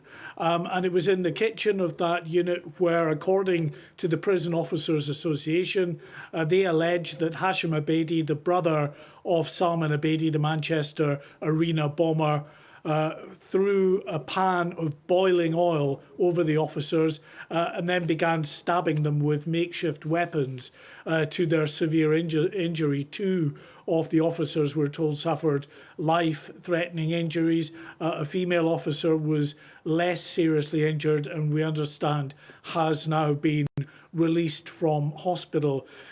In the statement, first of all, from the Justice Secretary, Shabana Mahmood, she says this: I am appalled by the attack on 3 brave officers at HMP Frankland today. My thoughts are with the families and with those officers. The police, she says, are now investigating. I will be pushing for the strongest possible punishment. Violence against our staff will never be tolerated. However, Robert Jenrick, the Shadow Justice Secretary, has said that he's very concerned because it follows some real concerns about the way in which management at that prison have been managing the Islamist population within that jail, with some real concerns that they have been roaming about in gangs with impunity in parts of that prison. Well, this is what the chair of the Prison Officers Association, Mark Fairhurst, told us a little earlier. A very strongly worded statement. He says no officer should be subject to cowardly and vicious attacks at work. This attack, he says, displays the dangers brave prison officers face on a daily basis. Separation centres hold the most dangerous terrorist offenders who simply do not wish to alter their ideology. And he goes on to say, we must now review the freedoms we allow separation centre prisoners. I am of the opinion that allowing access to cooking utensils in particular and other items that can be used to cause harm to officers should be withheld from these prisoners. They should be subject to the most basic containment prison sort of in terms of the way in which they're sort of housed in prison. It should be containment only, rather than, he says, appeasing those prisoners, which has been going on, he claims, up until this point. But as I say, Alex, a very concerning attack that unfolded this morning at HMP Frankland in County Durham, with the brother of Salman Abedi, the Manchester arena bomber, Hashim Abedi himself, convicted, of course, for 55 years in jail for his part in those atrocities, involved, according to the Prison Officers Association, in attacking and severely injuring 3 prison officers. Yeah, Mark, we've been hearing reports, of course, last week, I believe it was the Telegraph who reported on this, of those separation units spilling over, causing potential civil wars, religious wars in prisons. Of course, prison officers are underfunded as it is and understaffed in many cases. Do you believe the government now are going to act as a result of this heinous crime? I think they're going to have to do something, come up with some kind of system that mitigates the potential dangers of these separation units. They're set up, I think, with the best of intentions to keep away the most dangerous Islamist prisoners from the general prison population. But in doing that, what you're doing is effectively housing many dozens of highly dangerous individuals together. And these are people who have an ideology and a mindset that seems, in many cases, to drive them towards committing more in the way of harm to who they see as being representative of authority figures such as prison officers. It's not just Frankland Prison. We've seen it in other prisons as well, where there are these separation units. Belmarsh, for instance, in London, another high security prison that houses terrorist prisoners, where prison officers have been attacked by these terrorist prisoners. So there is no doubt that I think the government will have to look at a way of trying to mitigate this, whether they divide up the separation units into smaller units or even put them, perhaps some of those that they deem to be less dangerous, back into the general prison population. But that, as you well know, would have its risks as well. So no easy options for the government here. Yeah, this sounds like a very, very difficult problem to solve. Mark White, thank you very much for joining us. We will see you again in the next hour. Now, as I mentioned a few moments ago, new net zero rules on oil and gas boilers are leaving many Church of England sites cold for months. Clergy and wardens told The Telegraph they had been quoted between £70,000 and, get this, £400,000 to install air-based heat pumps, with rural churches facing an additional £60,000 or more to upgrade their electricity supply. This means that if the church's boiler breaks, they cannot afford to replace it, and in turn are potentially putting parishioners' health at risk and causing damp to rot in our historic, beautiful churches. Falling attendance has only made matters worse, of course, as since 2013, the average Sunday worship has dropped from 788,000 to just over 550,000. Well, joining us now is priest in charge at Holy Trinity in Winchester and host of the Irreverend podcast, Father Jamie Frankland. Father Jamie, thank you so much for joining the panel tonight. Is the church being unfairly targeted with these net zero rules, this net zero agenda? Well, if the church is being unfairly targeted, then it's targeting itself, because these goals were set by the church's own general synod. So, yeah, we're doing this to ourselves, I'm afraid. Interesting stuff. So is there a crisis perhaps at the heart of the Church of England? It's sort of putting itself in the firing line. I mean, as we were just reporting, their numbers are down in church. You know, elderly people wanting to go to church, they want to sit in freezing cold or damp conditions. It's just going to make matters worse for the Church of England. Yes, it's going to make matters a lot worse. The church is already in crisis, in decline.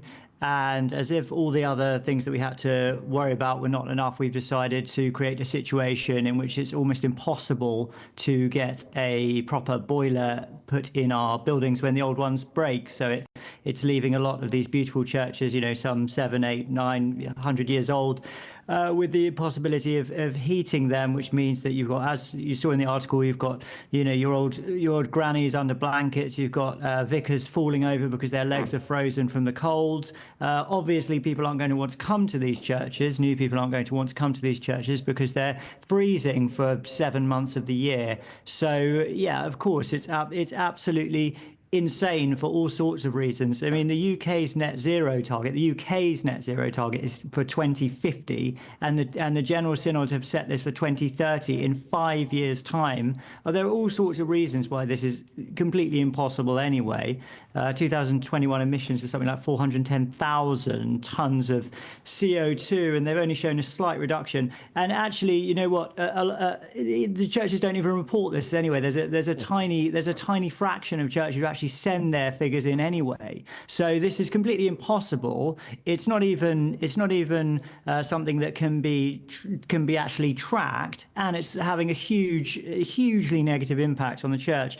I've just spent my Saturday afternoon putting rotors together, writing bulletins, choosing hymns, because I've got Holy Week coming up. I've only got one church. Some vicars have 5, 6, 7, 8 churches, and they just can't. This is just crazy. We've got absolutely no time for this. It's absolutely crazy. Yeah, I'd like to bring in Emma Trimble here. She'd like to ask a question to you, Father Jamie. Yeah, this seems to be a case of self-inflicted harm from an ideologically captured leadership. What about the financial priorities of the church? Because, of course, local parishes don't have very much money to stretch anyway. But then we see the church leadership talking about things like paying reparations and spending enormous amounts of money on these Quango-style inquiries into DEI, diversity, equality and inclusion agendas.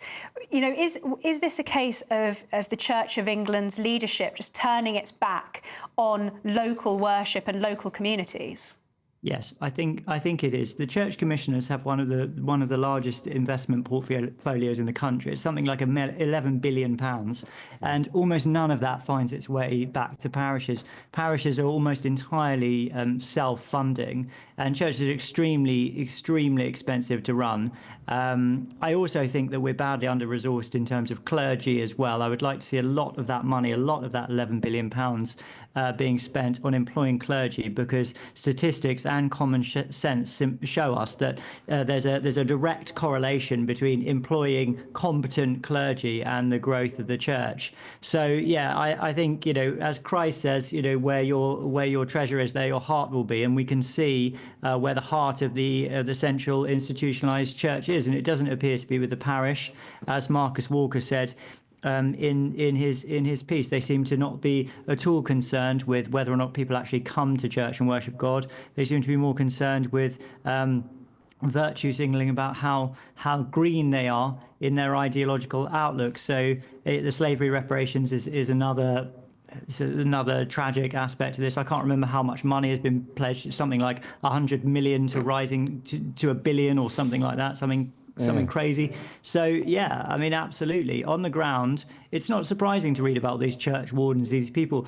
Church wardens sacrificially give so much of their time to keep these buildings going, and then to have these roadblocks put in the way when they simply need to replace their boilers it's completely unconscionable. These people deserve a lot of sympathy, and I don't know what practically will happen, but I think Synod needs to look at changing this. Like all sensible, all of these targets are being redrawn because everyone is realising that they're completely impossible. So the Church of England needs to do exactly the same thing. Yeah, it all sounds rather bonkers. Our audience is sort of up in arms about this here as well, Father Jamie. But I'd like to bring in our in-house lefty here to maybe do a little preach to you, Father Jamie. I would not be so presumptuous. But it's fine.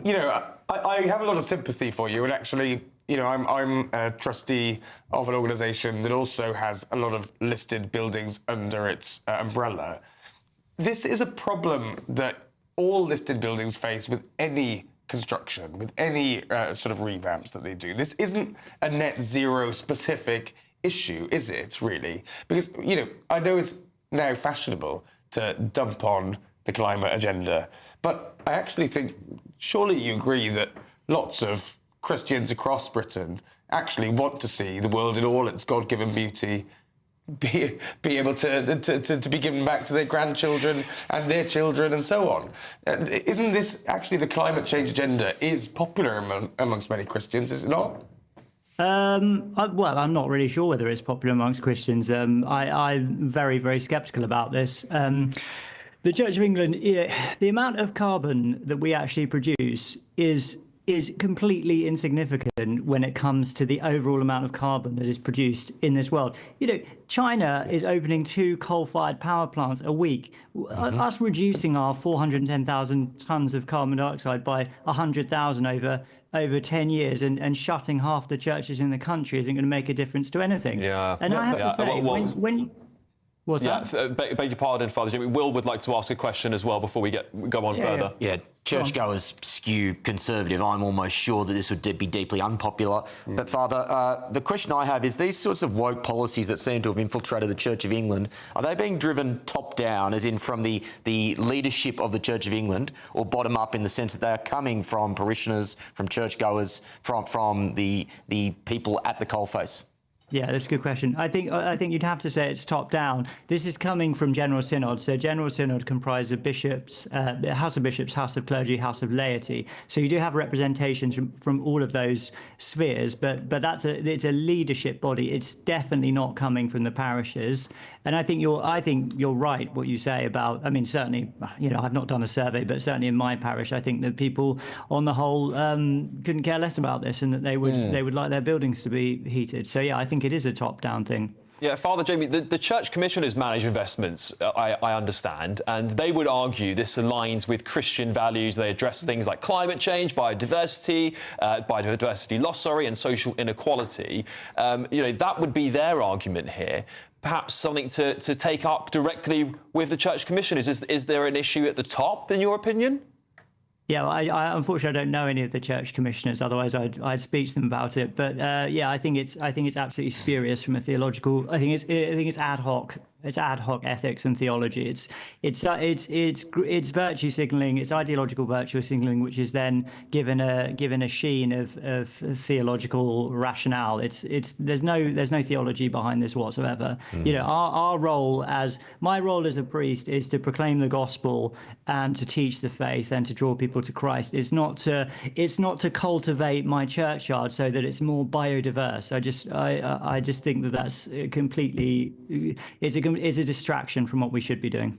OK, Father Jamie, thank you so much for joining us and filling us in on that very important topic there tonight. But now it's time for our Great British Giveaway, isn't it? It's time for our biggest prize today and your chance to enjoy as many getaways as you like in your very own for-birth, get it guys, for-birth motorhome worth over £67,000. I wish I could have one of those. Do the Saturday 5 in the motorhome. And that's not all. We'll also give you £5,000 in cash too. What a great giveaway this one is. Cracker. Would you want a chance to win this one? You'll be our biggest winner to date if you do win it, by the way. And here's all the details you'll need. You could be spending your summer in style, on the road in this brand new Elnag Baron 560 motorhome, courtesy of Marquis Leisure. Imagine the fun you could have in this luxurious home from home worth over £67,000. It sleeps 4, comes with integrated kitchen and bathroom spaces, and comfortably has space for all the family. And if that wasn't enough, we'll also give you £5,000 in tax-free cash to make your next getaway a great one. It's our biggest prize package ever, and it could be all yours. For another chance to win the lot, text WIN to 63225. One entry costs £2.50 plus one standard network rate message. Or text BONUS to 63225. 5 entries cost £5 plus one standard network rate message. Go to gbnews.com/win. Entries start at £2.50. Call 0903 686 3232. Calls cost £2.50 plus your network access charge. Or post your name and number to GB13 PO Box 8690 Derby DE1 9TT. UK only. Entrance must be 18 or over. Lines close at 4 p.m. on the 6th of June. Please check the closing time if listening or watching on demand. Good luck. Yeah, good luck, everybody. Still to come tonight on the show.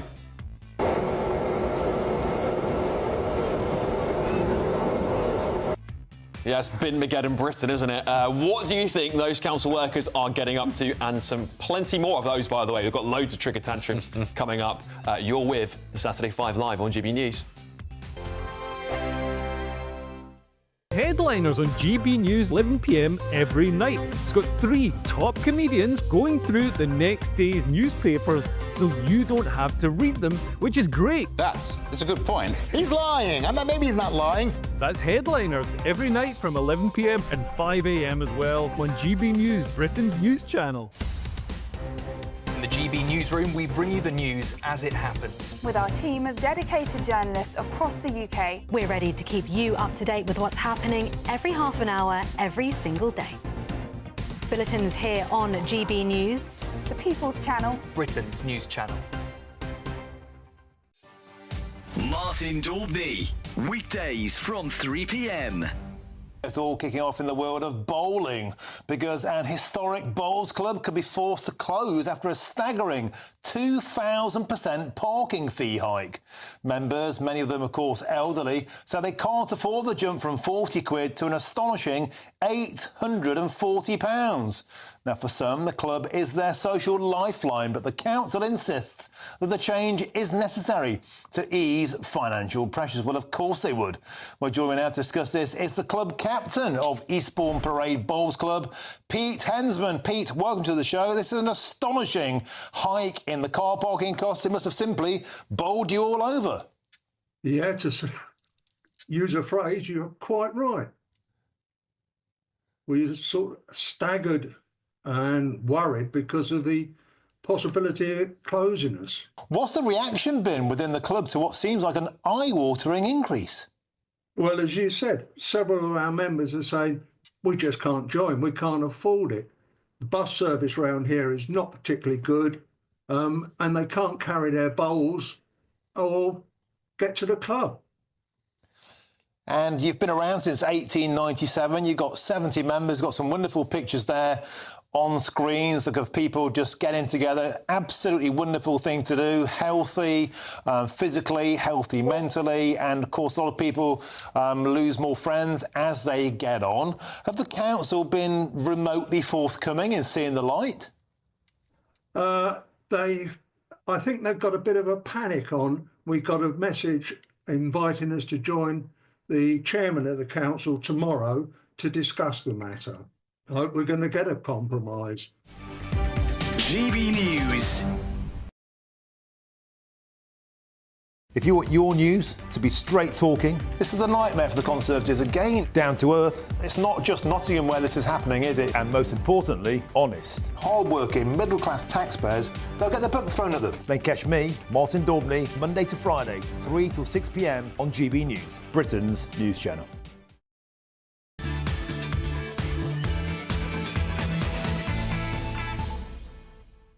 Yes, welcome back to the Saturday 5. A reminder of that breaking news from HMP Frankland. The brother of the Manchester bomber, Hashim Abedi, has attacked 3 prison officers. We'll be joined by Mark White at 8 p.m. for more updates on that. But as always, in the meantime, please get in contact with us at gbnews.com/yoursay and get your questions in for Ask the Five. I'm writing them down as we go along for a very, very short segment soon. And please don't forget to vote in the poll, gbnews.com/poll. So far, let's have a look. Those poll numbers aren't moving much. Alex Armstrong, me, 18%. Emma Trimble, 33%. Will Kingston, 34%. Lee on 10%. Kai on 5%. Lee is picking up pace there. The votes will close at 8:30. Who are those 5%? Well, we're about to find out.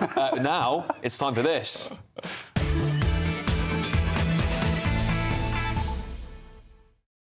Yes, it's tonight's main event, the Saturday Scrap. And this time, it's 2 Oxbridges, Emma and Kai. Cambridge University is again being accused of wokery. This time, it's because the elite university is set to stop telling students where they place in exam rankings as it seeks to create a healthy work-life balance. Hardly the best practice for the elite world of work that is Cambridge is supposedly putting together for their students. But that's just my view. Anyway, seconds out, it's round 1. Emma? Right. I'm not going first. I was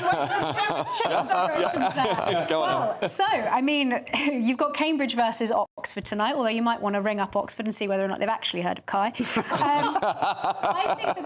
think rankings is a great thing. When I was at university, it was very intense. Sure, it creates a really competitive atmosphere, but if you go to an elite university, you should expect a competitive atmosphere because you should expect that by the end of it, you will be refined in fire to be amongst the best in the world at whatever subject you're studying. So I frankly think it's fantastic if you could weigh yourselves up against your peers.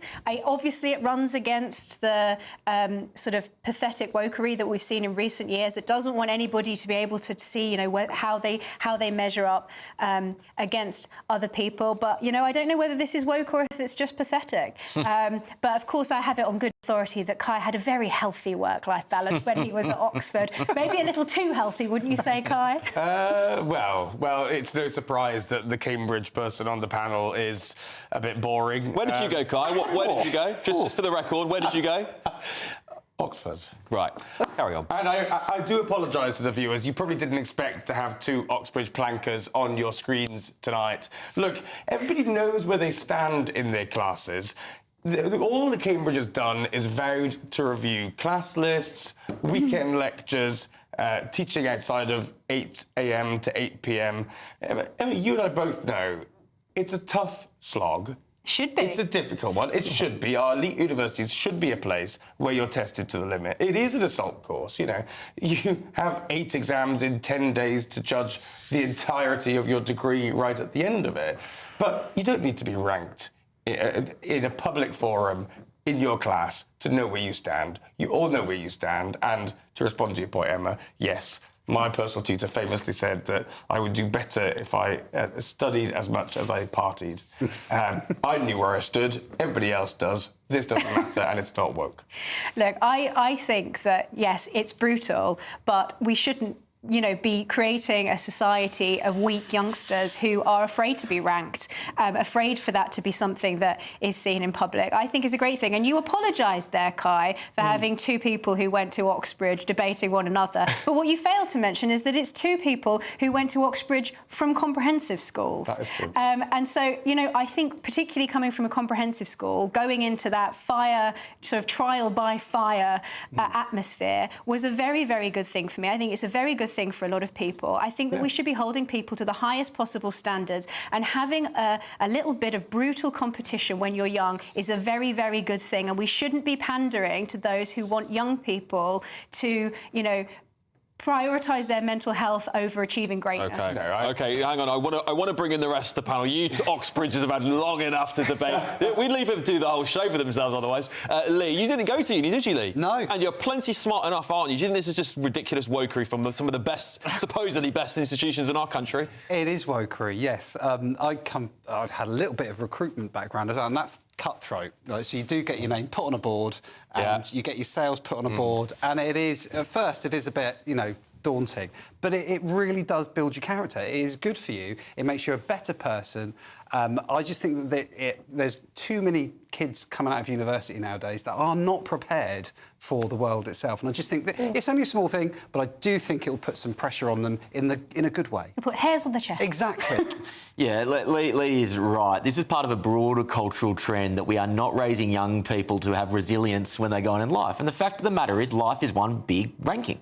If you're not prepared to actually face the fact there are winners and losers in life, then you're going to struggle. And university, as the breed or preparation ground for later life, needs to prepare students for that. Well, you know, listen, I didn't go to a great school. My grades were pretty mediocre. I went to a state school. I went to a relatively mediocre university. I don't think that it was rough for me to have to fight my way to get up, because that is life. That is, unfortunately, the system. It's capitalism. You have to fight if you want to get anywhere. And I know there's plenty of kids, and well, very few actually, very few kids who will be handed life to them on a plate. And I think this sort of stuff, despite the fact that, you know, you've got all these diversity targets, it's not going to set them up for the best start in life, because they're going to realise, all these people who've been brought in through DEI, that they're going to have a really rough ride. People's mental health will be better if they're tougher. Well, I agree. It actually does bring everyone into the same place as well, because everyone is on that list. Yeah, OK. Yeah, well, still to come tonight, this week's This week's Triggered Tantrums. But next, it's the Bunch of Five, and you do not want to miss that. You're live with the Saturday Five only on GB News. Here's your weather.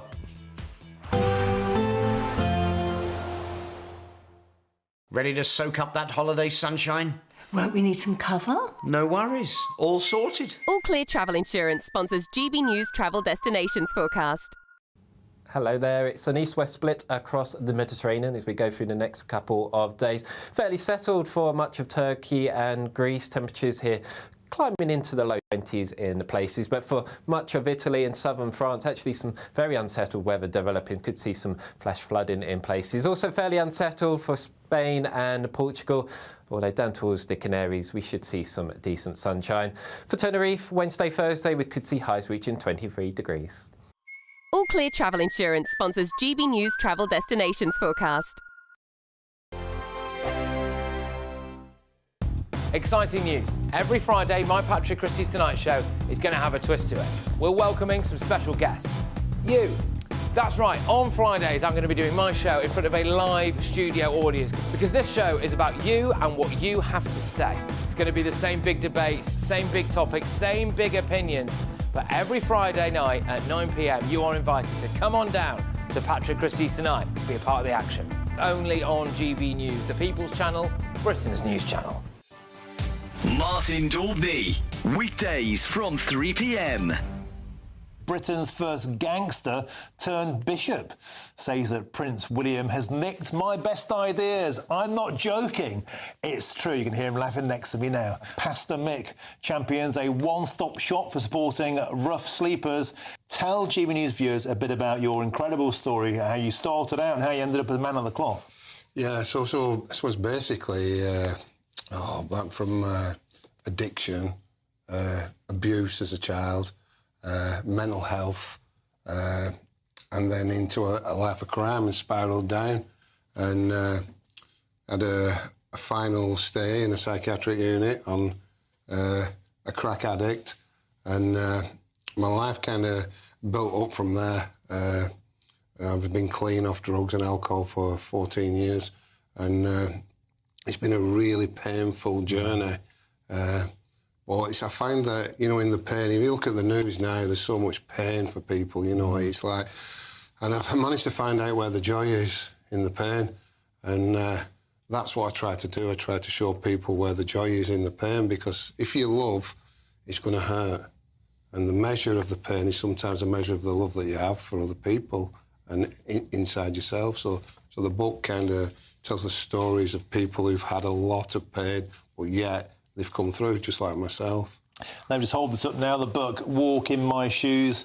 Oh, that is on sale now, and it's got a message on the back. It's got royal approval. It's impossible to visit church on the street and not be deeply moved by the work the organisation does for those in need. His Royal Highness, the Prince of Wales. Of course, you've got a huge fan in Prince William. He's been to visit you.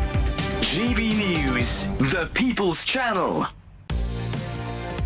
Mornings don't have to be tiresome, especially if you have the right company. Wake up to news as it happens, opinion and debate, and of course, a little bit of entertainment too. Because when the kettle's on, we're on. That's Breakfast on GB News, a show worth waking up for. Every morning from 6 a.m. Only on the People's Channel, Britain's news channel. We'll spread the news, you spread the word.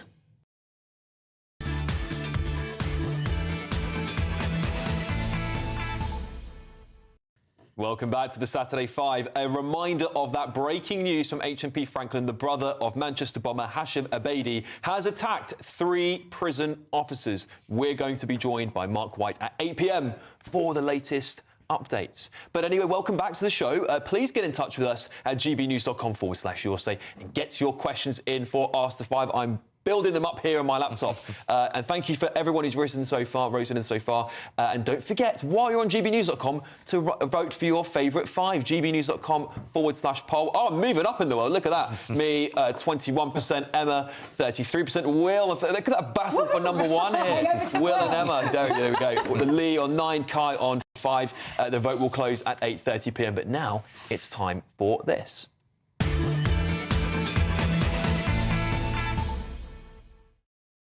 This is the Bunch of 5, where we get to give you a little bit of a lighter story for the rest of the end of this part of the show. Will? Yes, I'm going to make a pitch for our Gypsy viewers, Alex, as a means of getting up in that poll. Apparently, a stallion sculpture in Appleby, which is a town in Cumbria, has been denied planning permission because the horse sculpture is not inclusive enough. Apparently, Appleby hosts a wonderful annual festival for gypsies, I believe, Gypsy Horse Festival. No, the Appleby Horse Fair. Appleby Horse Fair, yeah, no, it's a must-do from by all accounts. But this stallion sculpture has been denied permission because apparently some people in the town feel like that they get anxiety or that there is antisocial behaviour during the event, and therefore this particular sculpture will bring up those sorts of feelings.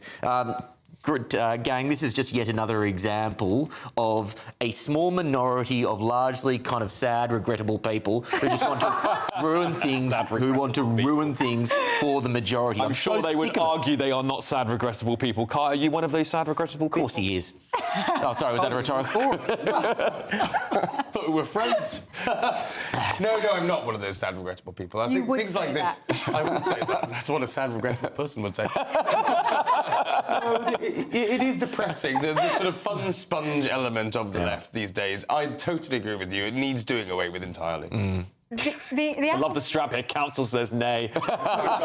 Very good team. The Appleby Horse Fair is this huge historic event that is very well known. Surely there would be the fact that it's got gypsy connections and it's a horse statue. Surely the argument would be that it is inclusive. Right. Yeah, well, this is the problem with identity we politics. We can argue gypsy horse statues for a while, but I was actually asking you to give us your story. I just tuned at the Appleby Horse Fair. So the English Heritage have got themselves in a spot of bother today. Somebody posted online this photograph talking about the origins of Easter and attributing Easter to the goddess Easter rather than mentioning Christianity. And this, what they're saying here about it being linked to the goddess Easter is just nonsense. Every other language in Europe uses the etymology of their word for Easter links to Passover rather than the word that we use. So this is just a nonsense that comes up every single year where they're trying to erase Christianity from Easter. We've seen it already with the church banning Easter traditions in the name of religious diversity. It's just more erasure of Christianity, and people are thinking just absolutely sick of it. Well, the thing that struck me recently was that school that said they weren't celebrating Easter because it was discriminatory or something, and I thought, absolutely bonkers stuff, isn't it? It really is. By the way, we're all thinking it. This sort of stuff never pops up with Ramadan, does it? Well, that's part of the argument, is it not, Kai? Why is Christianity always attacked? Very quickly. All of the religions that are majority worshipped in the UK should be respected and talked about. Now, it's disappointing that Christian festivals don't get as much airtime as they used to. Yeah. OK, well, I'm just going to read a right reply here from English Heritage. They say, English Heritage cares for over 400 sites, and across them all are panels on sites to guidebooks, audio tours and our website. We cover a broad and deep range of themes connected to the stories of our sites, not least at Whitby Abbey in North Yorkshire, where the 664-year and important agreement was reached about how to calculate the date of Easter. Our Easter Adventure Quest is a trail for children which references a range of fun facts about seasonal traditions, cultures and religions, including Christianity. OK, what have I got for you? Moving on from that. New airport rules, everyone, are dropping. First in about 50 years. And I don't think you're going to like them, because guess what? They're scrapping check-in, which you might argue is a good thing, but wait for it. They're scrapping boarding passes. And I think this is all about scrapping printed boarding passes. So now they're going to be digitised. So those of you at home who worry and print off things like I do before I go away, I go, right, I better get a printed version just in case my phone goes down, just in case, you know, something happens at the airport. Well, that's going to be gone, isn't it, Emma? I hate it. I like a physical ticket. And what about elderly people? What if you have a dumb phone? What if you don't want to have things on your device? I'm going to actually disagree. I genuinely think this is a good thing. I think, make it easier. Well, while we've got you, Lee, what have you got for us this week? My story is incredibly frustrating. More police madness. A mother was arrested and held in a cell for confiscating her own children's iPads. She was held for 7.5 hours, and it transpired that she did this to help her children focus on their homework, funnily enough, of which the police agreed that that was actually the case. So here we are yet again. And by the way, this just recently follows those two parents who were arrested and held for complaining about their school in a WhatsApp group. Yeah. What's going on? Yeah, bonkers stuff. I wish we could talk about this more, but we have to move on, unfortunately. Kai, yeah, I know. Go on, Kai. Yes, what are you going to do this Easter vacation? You're going to watch a movie, you're going to drive around in a truck, Yes, I'm sorry about that. This is the horrible news that young Brits are turning to Americanisms increasingly in massive numbers. So 18 to 24-year-olds, according to YouGov, 14% of them use vacation, up from 1%. 36% are using truck, up from 8%.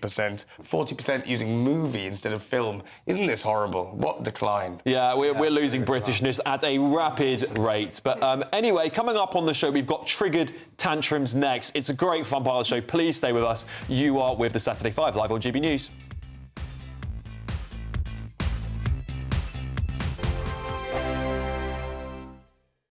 Hello there, welcome to your latest GB News weather forecast on the Met Office.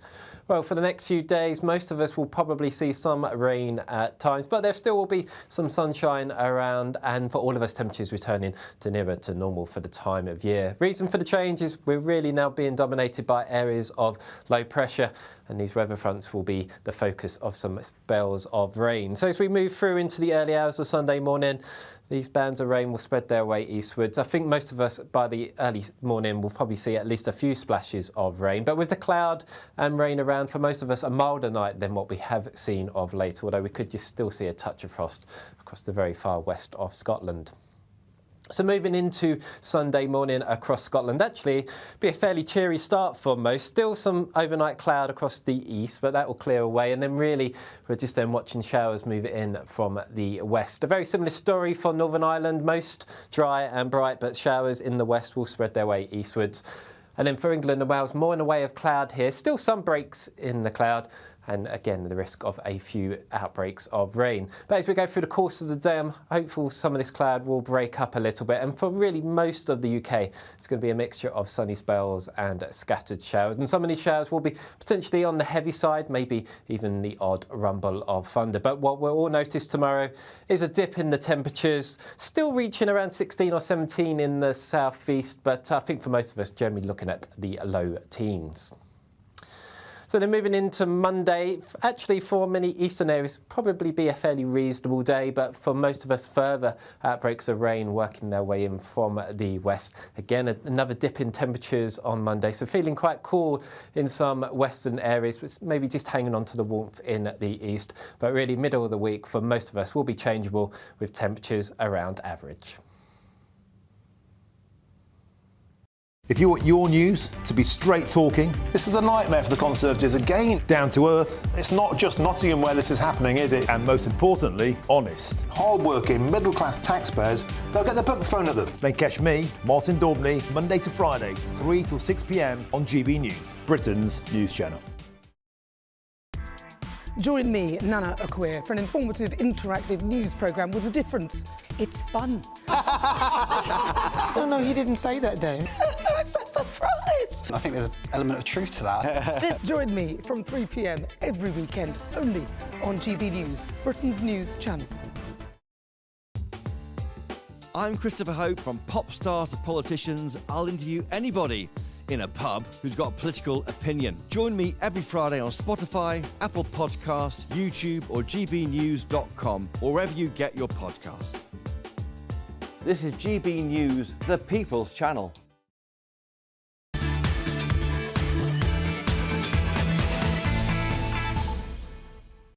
Welcome back to the Saturday 5. A reminder of that breaking news from HMP Frankland. The brother of the Manchester bomber, Hashem Abedi, has attacked 3 prison officers. We'll be joined by Mark White at 8 p.m. imminently for the latest updates.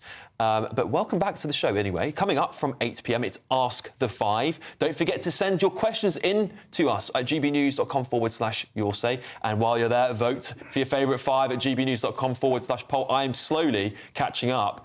Third place there, me. Emma, first place, Emma, she's speeding ahead now. Will on 30%, Lee on 8, and Kai on 6. The vote will close at 8:30 p.m. But roll up, because the circus is in town. Yes, it's time for your Triggered Tantrums. You've got a free ticket to this week's Clowns, Rage Masters and Collapses, Acrobats of Absurdity, all tumbling over zilch. Will, what have you got for us? A classic facts don't care about your feelings interaction, Alex. This was with Charlie Kirk, who's an American political commentator and someone who was in the audience at an event of his. Let's have a look. Who is killing them? Who is killing African Americans? Yes. People are killing people. No. What race is killing them? Why are y'all trying to act like African Americans are just solely murdered? People are killing people. No. What race is killing? Is it white people killing blacks or blacks killing blacks? People are killing people, Charlie. Okay, it's a black on black problem. That is a crime problem. Somehow, if it was a black on black problem, oh, it's a crime problem. It's systemic injustice. If the police is not enough funding. Saying, these races might have a easier time with policing, and yeah, they're going to have nearly response time of 2 seconds. Wait, it's the police's fault that so many blacks are killing other blacks? Who just said that? I'll add an addendum to that. He's actually later on shown the statistics of crime by particular racial groups and has to come to terms with the fact that he is living in a fake reality. All right, Emma, what have you got for us? Well, so a Sussex University lecturer had a little conversation with a 16-year-old, I think on Sussex University campus. So take a little look and decide who you think is the most immature in this conversation.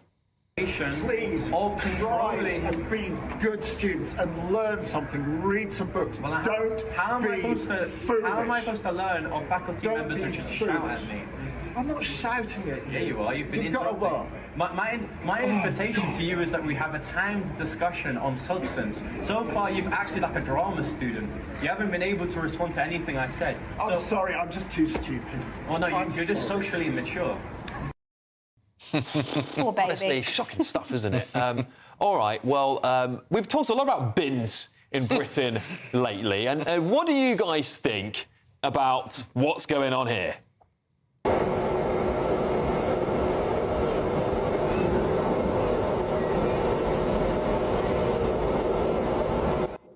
Well, allegedly, that is Westminster Council checking through bins to find name labels so they can go after people putting things in the wrong bin. Maybe better than the bins not being collected, but still, it's a massive overreach, isn't it? It's absolutely Not ridiculous. good use of taxpayer money, is it? It really isn't. Collect the bins. Yeah, just actually do the job and collect the bins. But on both of your videos there, what I find the common connection is that Liberals just can't seem to don't want to have a sensible debate on facts. Am I right? No, of course you're right. And it really is funny to watch it when they are confronted with facts in that way. It's like it doesn't compute. It's like that fembot character in Austin Powers where the head spins around and eventually blows up. They can't comprehend. And Emma, like the 16-year-old boy, was he 16? Claimed he was 16. Yeah, claimed he was 16. Schooling and a university lecturer, I think that says a lot about our university. Yeah, so he wasn't even of university age, and this university lecture, that's a section from quite a long video, and eventually he just ends up storming off, and he just behaves like a complete baby. It's so unbecoming, is one way of putting it, probably a light way of putting it. Yeah. I mean, it's just completely unhinged. Kai, this is your ilk, isn't it? Westminster Council's your ilk. These Liberals on campuses are your ilk. You know, what's going on here? What's wrong with you people? Why do you keep looking through bins and shouting people down? Yeah, I'm not looking for the bins, I can assure you. As somebody who has, in my time, dumped my rubbish in other people's bins, I actually am glad that I don't live in Westminster Council. No, these are just ridiculous outliers, and I think to paint all left-wing people with the same brush, you know that's ridiculous. Okay. Well, they seem to be popping up quite a lot, Lee, don't they? That's because they are quite ridiculous. Yeah. Lee's a social media supremo, so he sees it all, and he's one of the leading figures here trying to fight this common sense battle online. So are we here on the Saturday 5 as well, right? Anyway, don't go anywhere, because coming up, it's the Saturday 5 Extra. We're going to let our hair down. Anything can happen. We're going to get a pint as well. I don't know if you're having a pint, are you? I'm not sure. But anything could go wrong at that point, so just get ready. We'll be back. nice cut over there. See you in 5.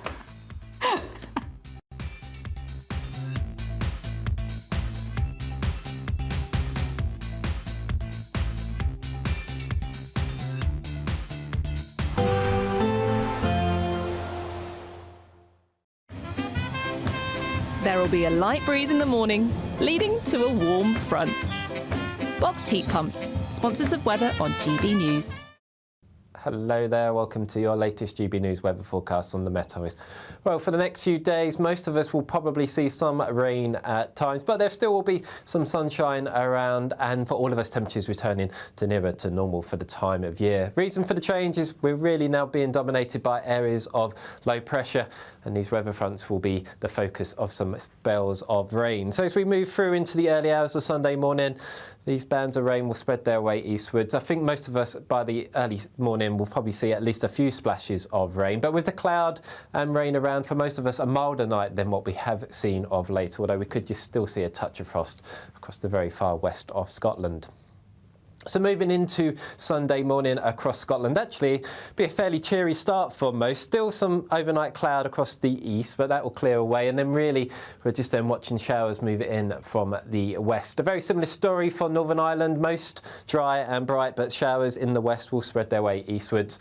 And then for England and Wales, more in the way of cloud here. Still some breaks in the cloud, and again the risk of a few outbreaks of rain. But as we go through the course of the day, I'm hopeful some of this cloud will break up a little bit, and for really most of the UK it's going to be a mixture of sunny spells and scattered showers, and some of these showers will be potentially on the heavy side, maybe even the odd rumble of thunder. But what we'll all notice tomorrow is a dip in the temperatures, still reaching around 16 or 17 in the southeast, but I think for most of us generally looking at the low teens.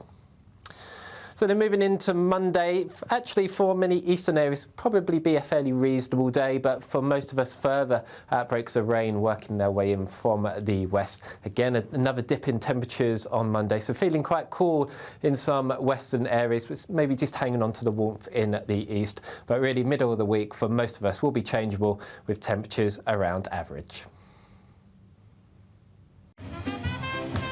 There will be a light breeze in the morning, leading to a warm front. Boxed heat pumps, sponsors of weather on GB News. Courtesy of Marquis Leisure, you could be driving away with this brand new Elnag Baron 560 motorhome. It comfortably sleeps 4, comes with sky roof, integrated kitchen and bathroom, and is worth over £67,000. And that's not all, as we'll also give you a further £5,000 in tax-free cash to make sure that wherever this motorhome takes you, it takes you there in style. For another chance to win the lot, text WIN to 63225. One entry costs £2.50 plus one standard network rate message, or text BONUS to 63225. 5 entries cost £5 plus one standard network rate message. Go to gbnews.com/win. Entries start at £2.50. Call 0903 686 3232. Calls cost £2.50 plus your network access charge. Or post your name and number to GB13 PO Box 8690 Derby DE1 9TT. UK only. Entrance must be 18 or over. Lines close at 4 p.m. on the 6th of June. Please check the closing time if listening or watching on demand. Good luck. Good Afternoon Britain isn't just about us. The wonderful thing about this programme is it's about everyone watching. It's an interactive programme. Well, there absolutely is something to see here, and we're going to be talking about it more. Whether it's breaking royal news, please bring us up to date, or indeed a particularly punchy speech in the House of Commons. Very, very curious. We bring it to you live, and then we bring you live reaction as well. That's Good Afternoon Britain, weekdays from midday. Only on GB News, the People's Channel, Britain's news channel. This is Britain's Newsroom, where your voice matters. It's just astonishing. With expert analysis and honest opinion, we don't just keep you informed. We bring you unique perspectives you won't see anywhere else. Can't argue with any of that. When the news happens, it happens here. On Britain's Newsroom, weekdays from 9:30 a.m. Only on GB News. Mornings don't have to be tiresome, especially if you have the right company. Wake up to news as it happens, opinion and debate, and of course, a little bit of entertainment too. Because when the kettle's on, we're on. That's Breakfast on GB News, a show worth waking up for. Every morning from 6 a.m. Only on the People's Channel, Britain's news channel. We'll spread the news, you spread the word. In the GB Newsroom, we bring you the news as it happens. With our team of dedicated journalists across the UK, we're ready to keep you up to date with what's happening every half an hour, every single day. Bulletins here on GB News, the People's Channel, Britain's news channel. If you want your news to be straight talking, this is the nightmare for the Conservatives again. Down to earth. It's not just Nottingham where this is happening, is it? And most importantly, honest. Hard-working, middle-class taxpayers, they'll get their book thrown at them. Then catch me, Martin Daubney, Monday to Friday, 3 till 6 p.m. on GB News, Britain's news channel.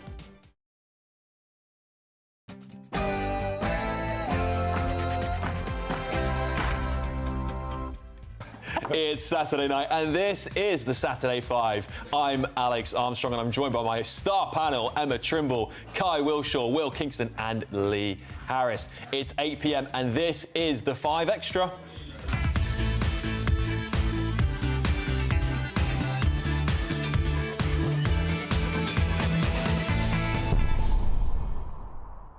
Yes, still to come tonight, we're joined by a leading lawyer to discuss what's going on with the grooming gang inquiries.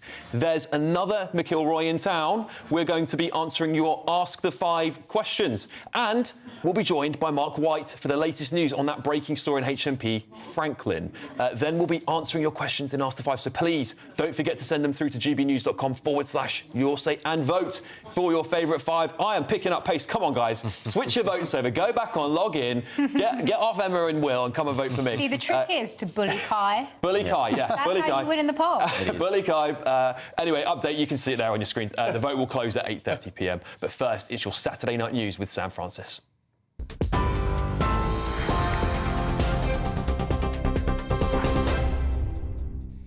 Very good evening to you. The top story tonight, the Steel Industry Special Measures Act has become law, giving ministers the power to act before the flames go out. Speaker Sir Lindsay Hoyle confirmed royal assent has been granted, giving the government immediate legal powers to take control of British steel if needed. Well, it took just over 6 hours to pass through both houses of Parliament today, a lightning-fast turnaround for legislation. Government officials are already on the ground in Scunthorpe, and now, with that law in place, they can step in to direct operations and keep the furnaces running. Well, earlier in the Commons, Conservative leader Kemi Badenoch accused Labour of making a pig's breakfast of the crisis. But Business Secretary Jonathan Reynolds said the focus is on saving jobs. Steel is fundamental to Britain's industrial strength, to our security and to our identity as a primary global power. Today's legislation will help ensure that we can retain that steelmaking capability here in the UK, both now and for years to come. For British workers' security, for British industry's future, and without hesitation in our national interest, and for the workers of British Steel and for their families, this action today is essential. In other news tonight, Hashem Abedi, the brother of the Manchester Arena bomber, has attacked 3 prison officers at HMP Frankland, leaving them with life-threatening injuries. Abedi reportedly threw hot oil over the staff and stabbed them with makeshift weapons during the attack at the high-security jail. We understand 1 female officer has now been discharged from hospital, but 2 others remain seriously injured. 28-year-old Abedi is serving life for helping his brother plan the 2017 arena bombing that sadly killed 22 people. In response to the attack, Justice Secretary Shabana Mahmood has called it appalling and said she would push for the strongest possible punishment. Greek police are investigating a bomb blast outside the offices of the country's main rail network in central Athens. That's as pressure mounts over the country's worst ever rail disaster. The device exploded on Friday evening after an anonymous caller warned media outlets it would detonate within 40 minutes. No injuries were reported, but forensic teams have been gathering evidence at the scene. It comes amid renewed fury over the 2023 crash that killed 57 people, most of them student, and exposed serious safety failings in Greece's railway system. The bombing also follows weeks of protest, with critics accusing the government of failing to hold senior officials accountable. Talks between the US and Iran are underway in Oman, aiming to revive hopes of a deal over Iran's nuclear program. It is the first time that both sides have come to the table since Donald Trump tore up the last agreement in 2018. Iran says it wants a fair deal that limits but doesn't dismantle its nuclear ambitions in return for sanctions relief. Trump's envoy, though, says Iran must never get a nuclear weapon, warning it would be a very bad day if talks fail. Well, they may not be in the same room, but the stakes are certainly huge. And Israel's defence minister has vowed the military will now expand vigorously its assaults across most of Gaza in what could mark a new and decisive phase of the war. It follows the IDF's takeover of a key corridor separating Rafah and Khan Yunis, effectively cutting off the southern tip of Gaza, where over 1 million displaced civilians are now sheltering. Evacuation orders have been issued as Israel warns of fresh strikes after intercepting rockets fired from Gaza, an attack that Hamas has claimed responsibility for. Those are the latest headlines. Plenty more still to come right here on GB News. For the very latest, GB News direct to your smartphone. Sign up to news alerts by scanning the QR code or go to gbnews.com/alerts.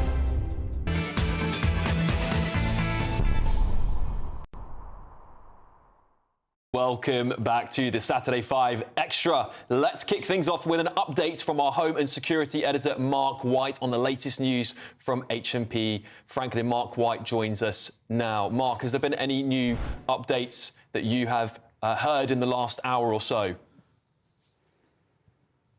Well, we're still awaiting an update on 2 of the 3 prison officers who were, we're told, severely injured in this attack this morning at HMP Frankland. A female prison officer, we understand, has now been released after suffering a number of injuries. This was an incident that unfolded in the separation centre of the prison itself, where Islamist prisoners are housed. It was in the kitchen of this separation centre when, according to the Prison Officers Association, the union had acts on behalf of prisoner officers. One of the prisoners, Hashim Abedi, who is the brother of Salman Abedi, the Manchester Arena bomber, and who himself is a convicted terrorist, having been sent to prison for 55 years at least, before he can be eligible for parole for his part in the Manchester Arena bombing. According to the Prison Officers Association, he threw a pan full of boiling oil over the officers and then began attacking them, assaulting and stabbing them, according to the POA, with makeshift weapons. A number of medical personnel were sent to the prison, 2 doctors that accompanied the most severely injured prison officers to the hospital, as well as an air ambulance that was sent to the scene as well. Now, we've heard from the Justice Secretary, Shabana Mahmood, who has said that she is appalled by the attack on 3 prison officers. My thoughts, she says, are with them. The police are now investigating, but she said, I will push for the strongest possible punishment. Violence against our staff will never be tolerated. We have also heard from the chair of the Prison Officers Association, Mark Fairhurst, in a very strongly worded statement. He says no officer should be subject to cowardly and vicious attacks at work. This attack, he says, displays the dangers brave prison officers face on a daily basis. Separation centres hold the most dangerous terrorist offenders who simply do not wish to alter their ideology, he says, and then just finishes by saying that we must now review the freedoms we allow separation centre prisoners. I'm of the opinion that allowing access to cooking facilities and items that can threaten the lives of staff should be removed immediately. That strongly worded statement from the chair of the Prison Officers Association, Mark Fairhurst. Yeah, Mark, I understand you've got some breaking news to share with us on the migrant numbers as well tonight.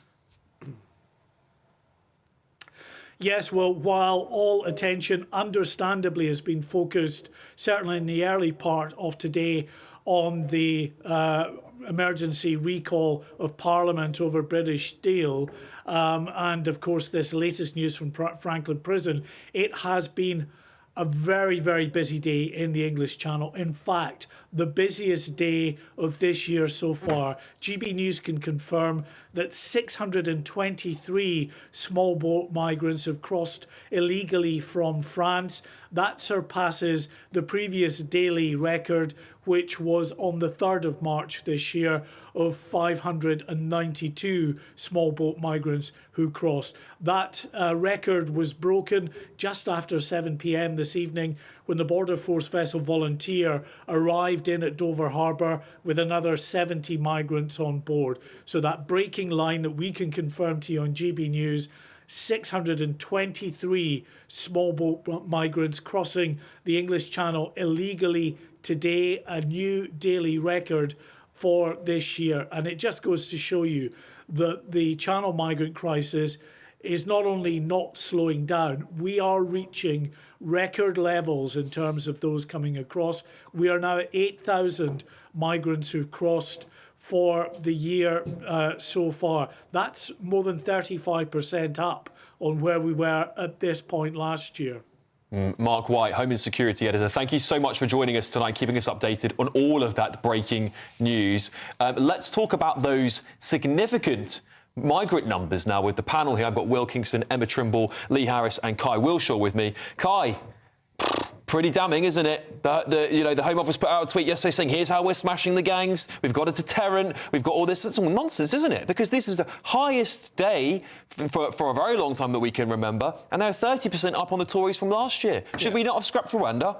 But no, we should definitely have scrapped Rwanda. And as I've said before, the Labour Party is putting together actually a suite of measures that are sensible, working with the European governments, that will take time. So this is no surprise. And anybody who's been outside, I hope all of us have been today, knows that it's warm out there. It's unseasonably... yes. What? Sorry, stop. So hang on a second. The government's only defence is nice.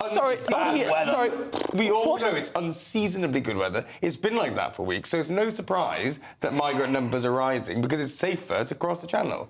Well, come on, you can't disagree with me on that. That's just a fact. Of course I can. They don't make their kind of decisions on the basis of whether or not they're going to get a tan crossing the channel.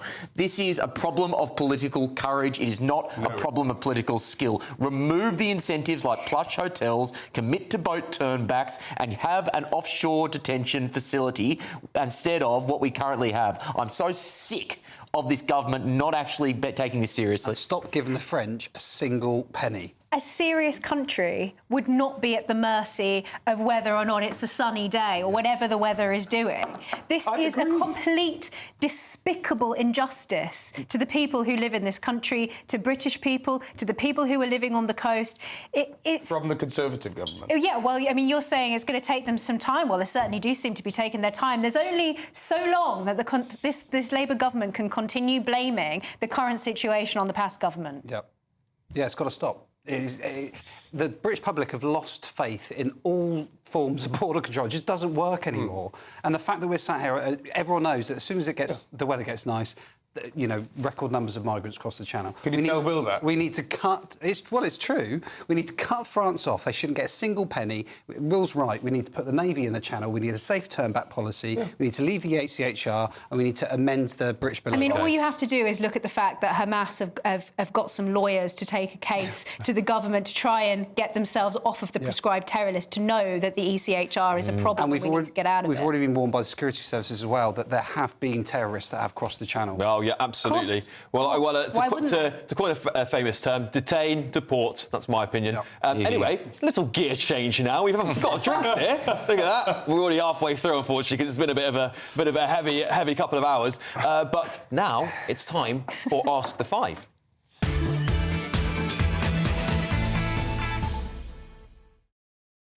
Yeah, we've got a fantastic first question here from Julie. Hi panel. So from a very sunny Bedfordshire today, I thought I'd have a bit of fun with my question. So the internet is currently being taken by storm by individualised action doll figures. Now, if you could be an action doll, what would you have as your accessories and what would your action doll name be? Hang on a minute. My goodness. We're going to need before all these questions come through. Emma, what would you do first? Quite seriously, Kai will testify to this. Kai and I were texting earlier today, and I said, we should do this on the Saturday Five. We should assign each other. Oh, OK, I like this. No one tell me this. We'll do it. I tell you what, we'll do it for next weekend. Read my mind. I've sent the production team mine. Maybe they won't get it in time, but we do have it. I believe we do. Maybe we can show it in just a second. My accessories were a pack of fags. Marlboro Gold, to be specific. There it is. A pint of beer, a Diet Coke, and a laptop bag because I ran out of ideas. Yeah. See, I did- Keywords here are left-wing agitator, which is the perfect description of my work. In my reform-coloured tie as well. I did say to Kai that this is why I texted him, is because I don't think that shirt's garish enough. I agree with you. He looks way too It's not smart. quite on He looks way brand. too smart. It needs to be more garish. Top button done up like a prefect and everything. Will, what would yours be? An Aussie flag, a crush the monarchy sticker, or something? No, don't throw me under the bus like that. I am a kill the horses. I'm a supporter of the monarchy, but I have my differences with Chuck. That's the problem. Yeah, Chuck. I'm a freedom fighter. I'm appalled by the nanny state. So basically, anything that the nanny state is going after. So I'd have a Big Mac.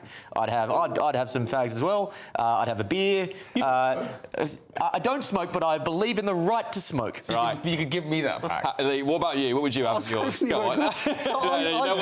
I kind of missed it, and I was trying to work out how you get one created, and I was like, what's all this about? So it completely confused me. But I guess my accessories would be a Union Jack, without a doubt, possibly my computer, because I'm sat in front of that quite a lot for doing my job as a coder. I can't think of it. And like a Twitter badge. I think like a Twitter badge would do. My X badge. Food or drink? What would you go for? Your favourite? Oh, I like a cheese board. That's a very finicky. Hopefully not one from the NHS. We saw that story this week. Elevated taste over here. Our next question is an email from Andrew. He says, if you could have a beer with one world leader, who would it be and why? Great question. Oh, what a brilliant question. Great question. I think we know what mine's going to be, but maybe why don't we throw to Kai first? Who would you? Probably someone very, very left-wing, like Xi Jinping. Get some ideas from... I might be left-wing. Get some ideas from Kim Jong-un. That was going to be my one, Alex. I'm sorry. This is one of those great questions because you have these two ideas in your mind, who you like and who you would most be interested to talk to. So actually, Xi Jinping would be a fascinating person to talk to. That's a fair point. Donald Trump, fascinating person to talk to. But, you know, I'd like to if see it's that somebody you get on with, then, you know, I mean, Trudeau's... Donald, what are you offering with for a beer with Well, us? I think if I'm going to have a beer with Kai, it'll be very disappointing. I don't think we're going to agree on much. Great guy, but I don't think we're going to agree. Thank you, Donald. Who would yours be, Will? I think you know who mine's going to be, so let's move on. Millet, in a heartbeat. I think he is just brilliant. OK, Emma? Yeah. But quite seriously, Kim Jong-un. OK. Nice, rocket. I love that. Lee? I quite like, and I can't remember, it was embarrassing me, the guy who runs El Salvador. Yes. Bukele. That's it, because I'm also a big Bitcoin fan, and I think the way that he's running his country at the moment is astonishingly good. The chain... When I see the images of those max security prisons being run, I'm like, wow, what a time to be alive. It's heartwarming, isn't it? It's heartwarming for them. What a time to be alive. We should send that to everybody. Anyway, talking about... It is the Saturday 5 Extra. I told you anything could happen this hour. Time for our great British giveaway. It's our biggest prize today, and it's your chance to be the biggest winner yet with our 4-berth motorhome worth over £67,000. And that isn't it, because we're going to give you £5,000 in cash too. Here's all the details you'll need. You could be spending your summer in style on the road in this brand new Elnag Baron 560 motorhome, courtesy of Marquis Leisure. Imagine the fun you could have in this luxurious home from home worth over £67,000. It sleeps 4, comes with integrated kitchen and bathroom spaces, and comfortably has space for all the family. And if that wasn't enough, we'll also give you £5,000 in tax-free cash to make your next getaway a great one. It's our biggest prize package ever, and it could be all yours. For another chance to win the lot, text WIN to 63225. One entry costs £2.50 plus one standard network rate message. Or text BONUS to 63225. 5 entries cost £5 plus one standard network rate message. Go to gbnews.com/win. Entries start at £2.50. Call 0903 686 3232. Calls cost £2.50 plus your network access charge. Or post your name and number to GB13 PO Box 8690 Derby DE1 9TT. UK only. Entrance must be 18 or over. Lines close at 4 p.m. on the 6th of June. Please check the closing time if listening or watching on demand. Good luck. Up next, we'll be joined by a leading lawyer to discuss what's going on with the Grooming gang inquiry. See you shortly.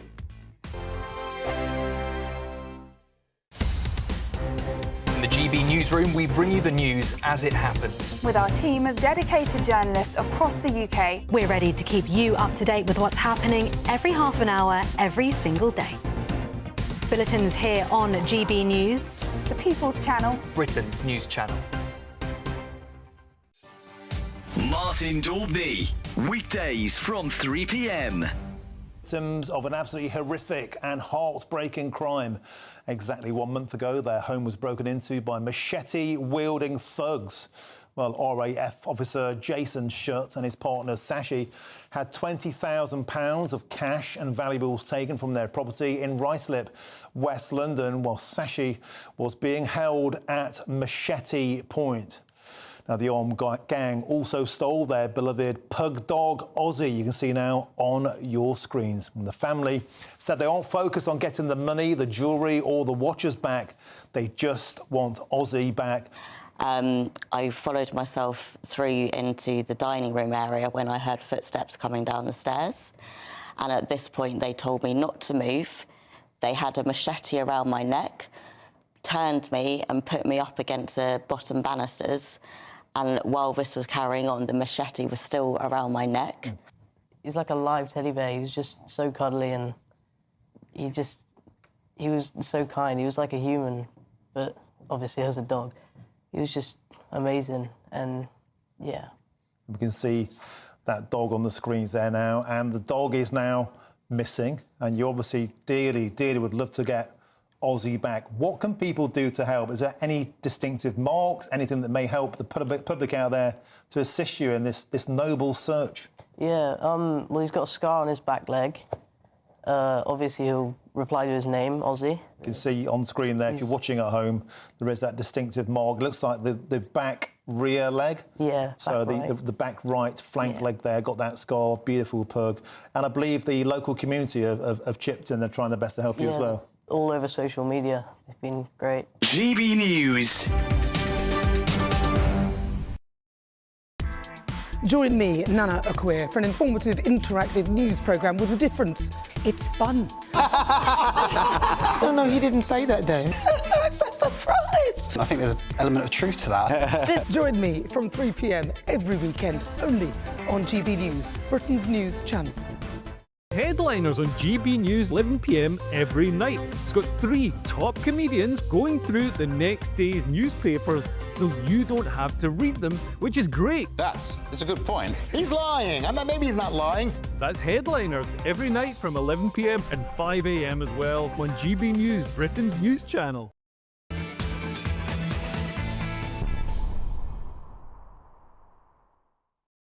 Welcome back to the Saturday 5. Please get in contact with us at gbnews.com. You'll say, I have been reading your messages. I've got some here for you, actually. Mark Jones has said, when he's referring to Labour here, Labour had 14 years in opposition to come up with a migrant control plan, while they were consistently having digs at Tories about the boats. We do not forget. Democracy is dead in the UK says, hey, Alex, you don't need a solicitor to tell you what's going on with the rape gang inquiry. I can tell you, ... Nothing. One more here. AB says, Alex, I've no intentions of watching Adolescence due to making it political. If any youngsters want to watch something regarding poverty and friendship, watch Kes from the 70s show. Now that's a classic. There we go. Keep those messages coming in, please, guys. Anyway, moving on. The backlash over the government refusal to hold a national inquiry into the rape gangs shows no sign of abating. Not helped, of course, by the astonishing news this week that more people have been convicted for the riots in Rotherham than the grooming gang abuse. However, Home Secretary Yvette Cooper has come out swinging, saying there has been party political misinformation and has promised to hold 5 local inquiries into grooming gangs. So, what is going on? I'm pleased to say we are joined by expert lawyer Alan Collins, partner at Hugh James Solicitors.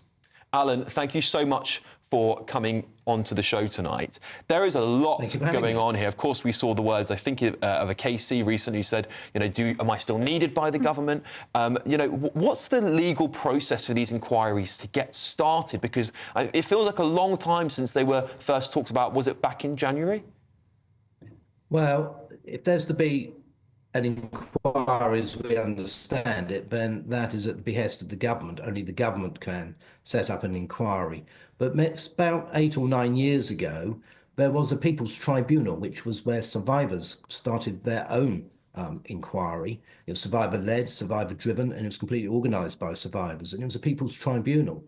And they did what they said they would do, and they had an inquiry and they delivered a report to Parliament. So, but that is completely different in many ways to a national inquiry, which is where you have maybe a judge or some other eminent professional person and maybe a panel looking into whatever the issues are. So you've got two ends of the spectrum, as it speaks, government inquiry, or at the other end of the spectrum, a People's Tribunal. So the government, of course, have sort of backtracked on that U-turn earlier in the week. The local authorities, of course, will be the ones in charge of these inquiries. What's the legal process that they have to now go through in order to establish those inquiries locally so victims can be heard and, of course, perhaps some justice could be served? Well, it begs a lot of questions, what you're saying, because I'm not sure that there's going to be survivor take-up with any of this, because what is often overlooked in this debate that goes back and forth, are the survivors, the victims. And when I'm talking to survivors and victims, they are extremely frustrated because no one actually listens to them. And if whatever inquiry there is, whether it's local or national, there's got to be survivor buy-in, because without the survivors and the victims, and that's someone actually listening to them as opposed to just hearing them, it's not going to really add up to a row of beans, I think. Yeah. So it's fine what we're hearing, but where's the survivor buy-in to all this? This is a big question, isn't it? Because I heard that the government was signalling that perhaps they weren't going to keep the recommendation from the J report that a compensation should be extended to past a specific date. How are those victims feeling? Obviously, you speak to them often, Alan. What's the sort of feeling on the ground? They're frustrated because we had the independent inquiry, which made a whole series of recommendations, and then during the course of the week, the government was saying that it was not going to implement a number of recommendations concerned with the criminal injuries compensation scheme, and that is where, as I understand it, the idea is that the rule that exists at the moment, which prevents victims of crime who've got criminal records themselves receiving compensation out of the fund, or they end up receiving reduced compensation. And the point was being made by ICSA that many survivors and victims may have committed crimes as a result of the sexual abuse that they suffered. And of course, we know, tragically, that child abuse often is accompanied by other criminal activity. So it's not surprising that youngsters who are being sexually abused get caught up in crime. And so ICSA was saying, well, the law needs to be changed so that it's fairer and that it's more just. But the government has rode back on that. And it's a bit difficult for me to understand. And I think it's very difficult for victims to understand. And they just feel frustrated by the whole political process. You know, you have a national inquiry that makes very considered recommendations, but the government then chooses not to implement, and it's very difficult to understand why. Yeah. Alan, sort of final word from you. As someone who works with those victims, what is it that they want to see happen? Are they content with these local inquiries, or do they feel strongly that a national inquiry should take place? Or is there anything else, any other insights that the audience here and us on the panel might be missing that you can enlighten us with? Well, I think the key point is, whether it's national or local, the survivors need to be brought into the process, because without lots of survivors helping, the inquiry, whether it's local or national, is going to struggle. You need the victims on side. And at the moment, the ones I talk to feel very frustrated by the whole process, if not betrayed and let down yet again by politicians who really, really should be taking note of the independent inquiry, for example, and everything that is being said about sexual exploitation in the 21st century, which is not going away. It's Alan Collins. Thank you so much for joining us today, partner at Hugh James Solicitors. Thank you. Very enlightening stuff. Obviously, my thoughts are always with the victims here. We need to do something, Will, and it seems to me that a lot of people are pointing to Rupert Lowe. He's done a fantastic job, in my opinion, of doing something, raising enough, or a little bit of money. It's not enough, unfortunately, for a national inquiry, but something. He's putting it as a backbench MP into the sphere. He's doing more than the government, seemingly. Yeah, he absolutely is. Well, last time I checked, it was over 500k, so it's certainly not nothing. He's done a wonderful job. I find this whole saga immensely depressing. If there is one thing that should be bipartisan, if there is one thing that just shouldn't even be a question, it is that you dump all the money and the resources that you need into getting an understanding of why this is happening and how to stop it. And these and the Labor Party playing politics on it, and that's what they're doing, they're playing politics, is so incredibly sad. It's sad. Kai, do you think Labour are playing political football with the victim of the grooming gang's lives? I don't think that's fair. I think lots of people on all sides of the political spectrum are playing political football with this issue, and it's unfair. It's wrong. No, it's true.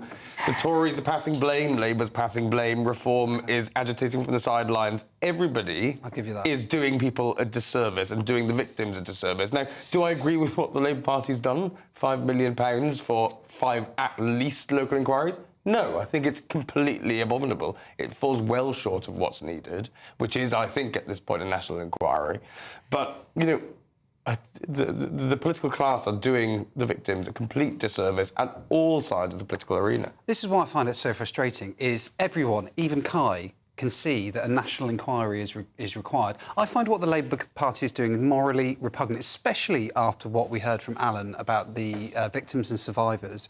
That to me, I cannot compute why the Labour Party isn't throwing as much emotion and power behind this as they have for adolescents. They're more bothered about adolescents than they are about rape gangs. It's utterly repugnant. I just cannot understand how I don't think they are getting away with it with the public, to be honest. I think most people can see through it. This is why I cannot understand why they're carrying on this same facade that they're pretending that they care about it and that everyone knows they aren't, and it is disgusting. Yeah, I mean, Lee plucked the thought right out of my head. Kemi Badenoch, in that stupid interview that she did with the BBC, said exactly this. There's this sort of astronomical cognitive dissonance, this irony that the same people who talk about, like, Me Too, believe all women, the same people who are going to town on adolescents just cannot seem to take this seriously for what it is. The fact that we haven't had a proper national inquiry into this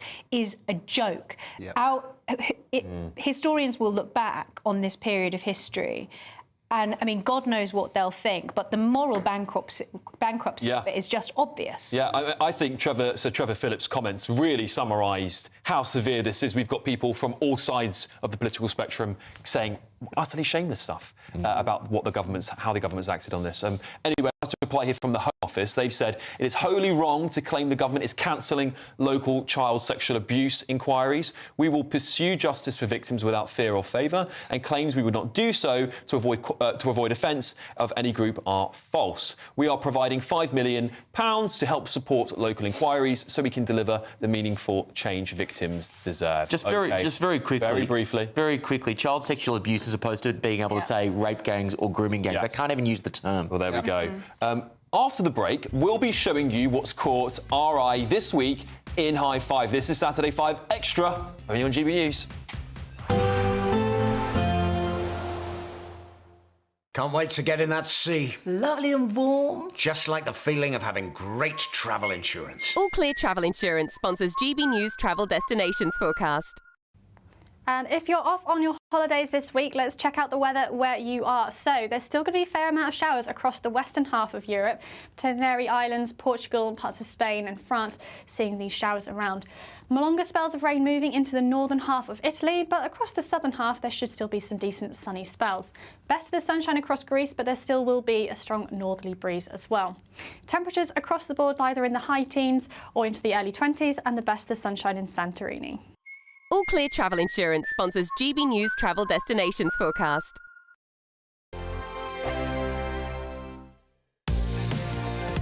Mornings don't have to be tiresome, especially if you have the right company.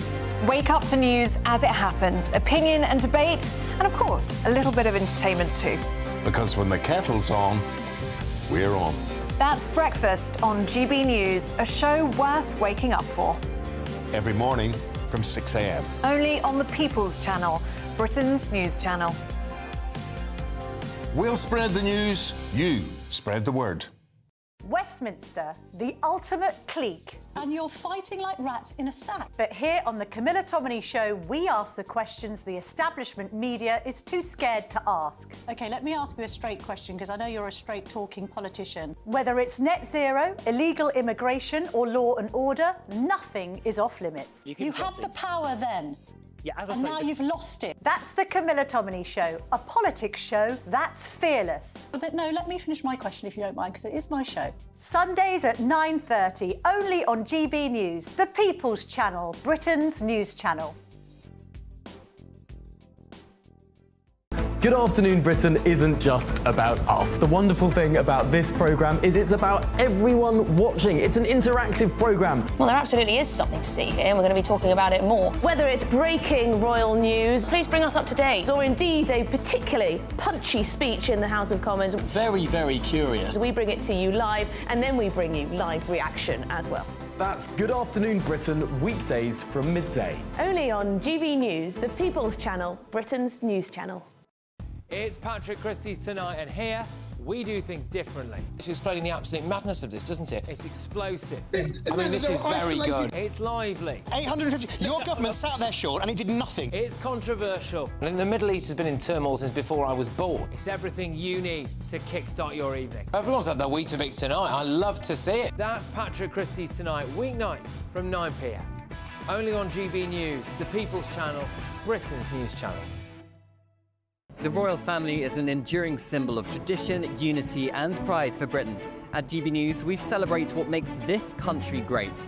In our new royal newsletter series, you can join me, Cameron Walker, for Inside the Palace, an exclusive look every week that takes you beyond the gates and brings you the very latest from those at the heart of the monarchy. Never miss a royal moment again. Sign up now. Go to gbnews.com/royal newsletter and get the latest straight to your inbox. Join me, Nana Okoye, for an informative, interactive news programme with a difference. It's fun. No, he didn't say that, Dave. I'm so surprised. I think there's an element of truth to that. Join me from 3 p.m. every weekend, only on GB News, Britain's news channel.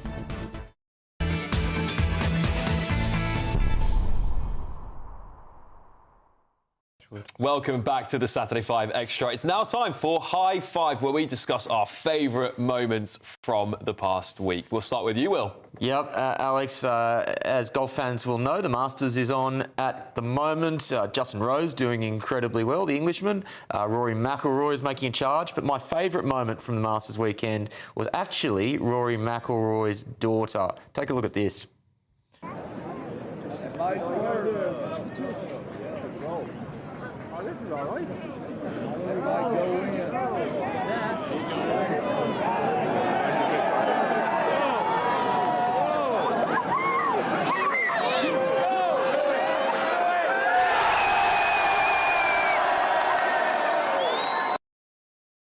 Yeah, that's not an easy putt to make. So young Poppy McIlroy has just pulled off an absolute cracker. Good for her. Yeah. So wholesome. Yeah, so wholesome. go on there. Over to you, Emma.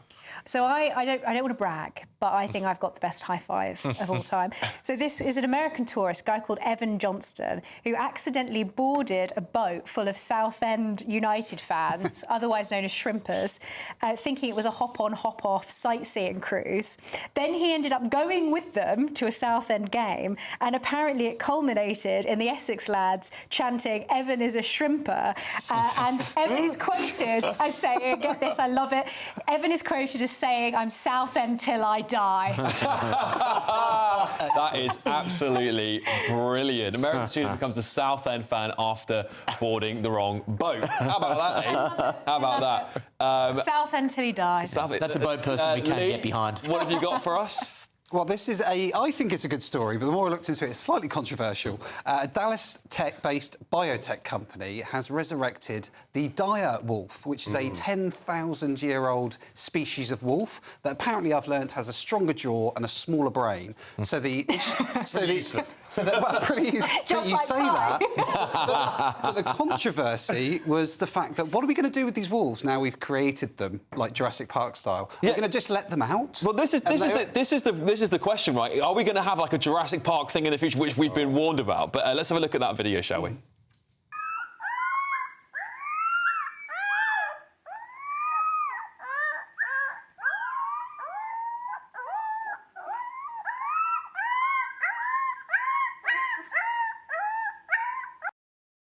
I assume that is two direwolves and not a direwolf with two heads. Yeah, you never know. I want one. It's all very good and well until they become an apex predator in the next 6 months and we're all finished. Yeah. You know, quite dangerous. Yeah, They're not supposed to be here, man. Oh, I don't know. I don't know whether we should play with God's will. I don't know. Anyway, we do love one thing we do love on this show is a beaver. We do. It's a big part of. It's a staple of the programme now. We love beavers. Wet ones on land, ones chewing wood, furry ones, little baby ones. I used to play for an ice hockey team. Let's have a look. Let's see what beaver we've got for this. The audience.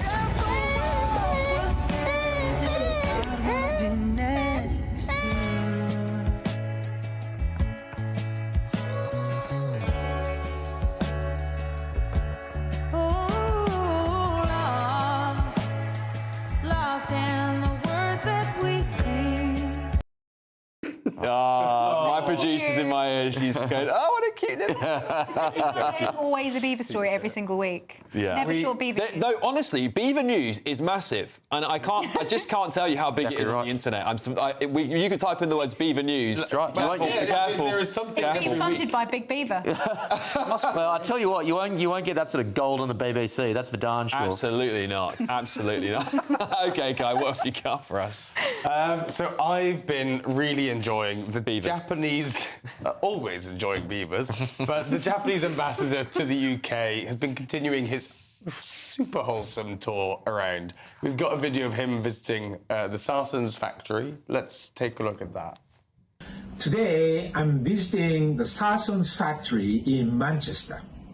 Of course, Sarsons is a household name, and I'm sure so many British people grew up on the Sarsons. Now, this Sarsons factory is actually operated by Mitsukan.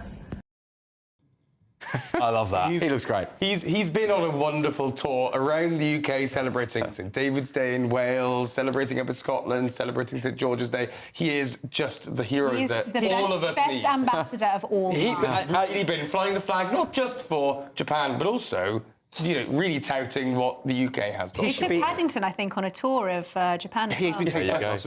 He should be integration czar for the government. He should be. He should be working for the government. We should steal him for Japan, and he should teach people how to integrate. He is brilliant. A good example to all ambassadors out there. Anyway, up next, stay tuned as we reveal our final triggered tantrums of the night. You will not want to miss it.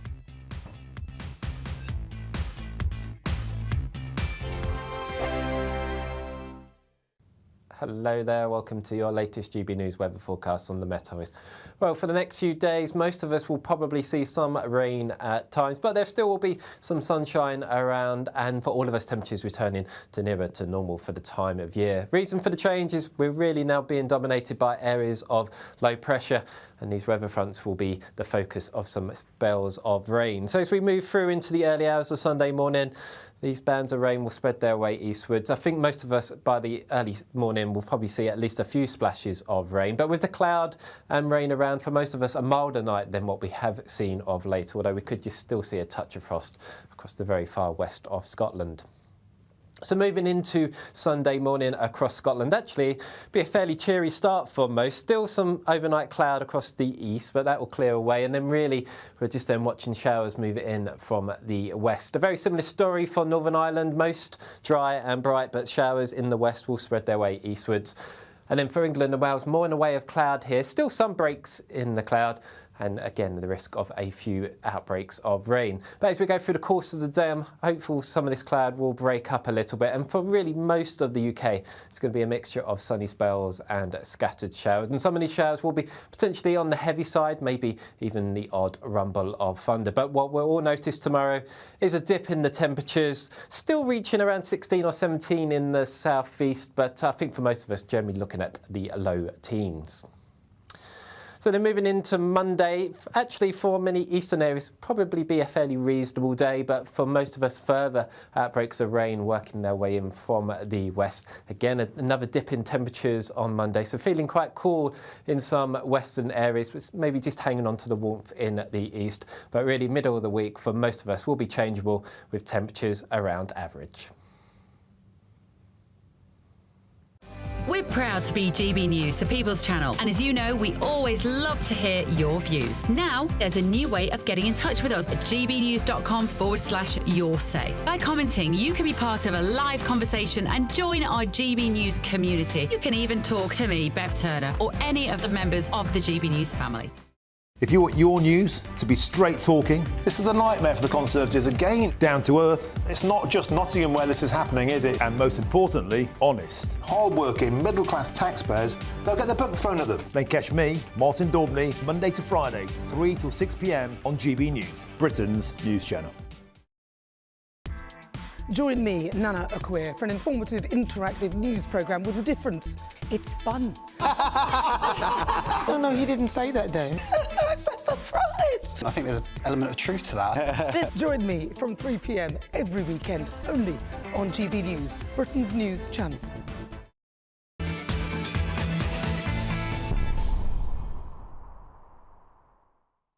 Welcome back to the Saturday 5 Extra. I've got some of your comments to read out here. Sorry, Kai's just yapping away over there. No one's listening. It's a void. Diane D says, is Dr. Renee really off? She's not come dressed up as Kai, has she? Because Kai is being, for the most part, totally sensible tonight. What? Blimey. Someone check I don't know. Hey. I think we need to take the temperature of the audience. Grumpy Grandad, obviously one of our favourites here. Nothing like a good beaver, he says. Many can agree. Anyway, the results of the poll are in. I have managed to scrape back a little bit of dignity here on 25%. Emma leading the way, winning tonight on 34%. I told you, Will Kingston coming second for the first time, I think, for a while. Second, well done. Lee there on 8 and Kai on 6, as it should be. Over to you, Lee. Lee, what tantrum have you got for us this week? My tantrum is actually a regurgitated tantrum about the SNP ferries. Can you believe it? It's come back into the news again. And this one just made me laugh out loud. The SNP ferries now no longer actually fit in the harbour. So this is a ferry project that has come in quadruple their original price. I think at one point they even painted windows on the side of it. They did. Is that did I think? Anyway, so another SNP win is that they don't actually fit in the harbour. And people in, I think, the Isle of Arran, I think there's just a very nice whiskey there, they basically just think the whole thing is a complete disaster, as do I, and probably every single person in the entire country, except for the SNP, who probably think they're fantastic, I imagine. But what a disaster. Have we got a video? Have we got a video to show here? Let's have a little look. Out there is the Isle of Arran, one of Scotland's greatest assets. Along here is the closest mainland connection, Ardrossan. But the ferry you see isn't coming this way. In fact, none are. The brand new £400 million vessels paid for by taxpayers are too big to fit in this, the main harbour. I absolutely love that. In fact, none are. Brilliant reporting there. Absolutely love that. I mean, you know, only the SNP, eh? Kai, what have you got for us this week? Oh, well, Some of you may have been following some of Donald Trump's nominees going through Senate confirmation. This was one of my favourites from this week. The NASA nominee failing to explain whether Elon Musk was in his interview with President Donald Trump. Let's take a look. Was Elon Musk in your meeting when Trump offered you the NASA position at Mar-a-Lago? Senator, I was interviewed by the President of the United States. Was Elon Musk in the meeting when he offered you the job? Senator, my meeting was with the President of the United States. So Elon Musk was not in the meeting, is that what you're saying? Senator, I was being interviewed and speaking with the President of the United States. You can just say he was not in the meeting. Was he in the meeting or not in the meeting? Senator, I'm trying to be as transparent as I can. I was being interviewed by the President of the United States. To clarify, the video on purpose that was tweeted by Senator Ed Markey, I think, was zooming in every time the NASA nominee failed to actually answer the question. I mean, that guy's so brief he should be in the CIA instead of NASA. Sure. Apart from the fact, the obvious conflict of interest that comes with somebody being confirmed as a NASA director who clearly was having an interview with Donald Trump and Elon Musk, who has massive billion-dollar contracts with the Pentagon for space contracts. Like, apart from that, really, I mean, it's clear as day for anybody to see that he was lying to the Senate. And he'll be confirmed, of course, as is the norm. Well, he wasn't lying. He wasn't lying. He just was refusing to answer the question. You are right. Thanks for bringing me up on that. That is right. But by omission, we should hold our public officials to a bit of a higher standard than the shower that we just saw. Well, OK, so we've got a little bit of time left before the end of the show, so I want to go through some of our audience's comments from tonight. So, Noddin Donkey said, ask the five. It's interesting the Home Office accuses the public, and I think they mean misrepresentation by politicians, which is what the Home Office said, of trying to cancel local inquiries when we want an independent national inquiry without corruption. Now, I actually think this is great because this is the correct use of an inquiry, an independent national inquiry that hasn't got influence from government. And that will make sure that councils can't choose to brush away and hide things under the carpet. That is the biggest problem with government-led inquiries, is that there's still that bureaucracy that has clearly been, in my strong opinion, a cover-up. Of course, the government would deny that. But yes, go on, Kai. But local inquiries can still be led by independent barristers and independent lawyers. Yeah, they're not statutory. Yes, and they can't compel witnesses, and that's the key. That I totally agree with you. But to say that a local inquiry is just done by local apparatchiks is wrong. It can be independent. They're effectively marking their own. But what it can't do. But no.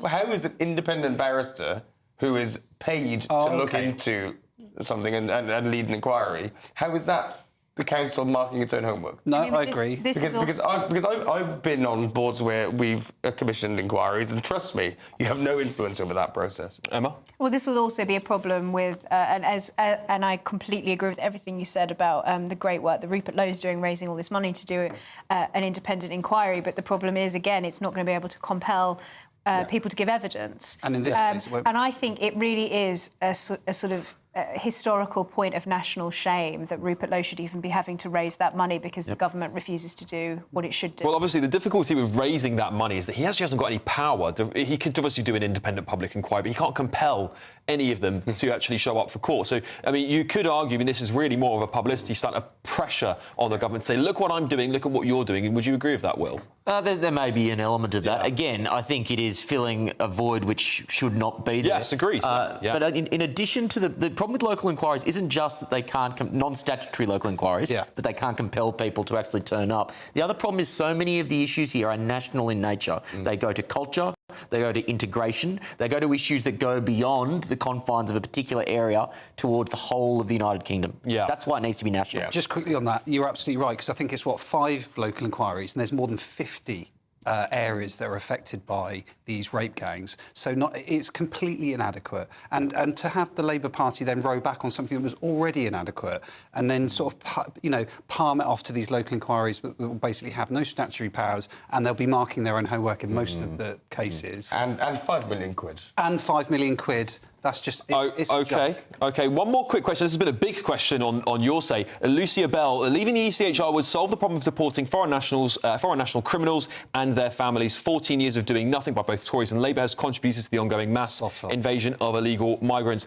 Maybe just one word from everyone on the panel. Would you leave the ECHR, Will? Yes. Yes. Yes. No. What a surprise. Of course, Kai doesn't want to leave the ECHR. Listen, it's going to be a battleground for the next general election. I can assure you there will be plenty of fights over whether we should leave the ECHR. I'm sure the Tories will line up, and Reform, of course, want to. But a big thank you to Will, Emma, Lee and Kai for coming on Saturday 5 tonight. We'll be back, as usual, next week. Thanks for joining us as well. Thank you for all your lovely messages and your say. Thanks for voting in the poll, even though I did come third again. I'm going to get at least second next week. Next up, it's the fantastic Ben Leo tonight. See you all next week.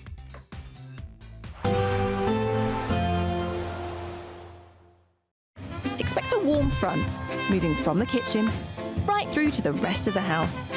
Boxed Boilers, sponsors of weather on GB News. Hello there, welcome to your latest GB News weather forecast on the Met Office. Well, for the next few days, most of us will probably see some rain at times, but there still will be some sunshine around, and for all of us, temperatures returning to nearer to normal for the time of year. Reason for the change is we're really now being dominated by areas of low pressure, and these weather fronts will be the focus of some spells of rain. So as we move through into the early hours of Sunday morning, these bands of rain will spread their way eastwards. I think most of us by the early morning will probably see at least a few splashes of rain, but with the cloud and rain around, for most of us, a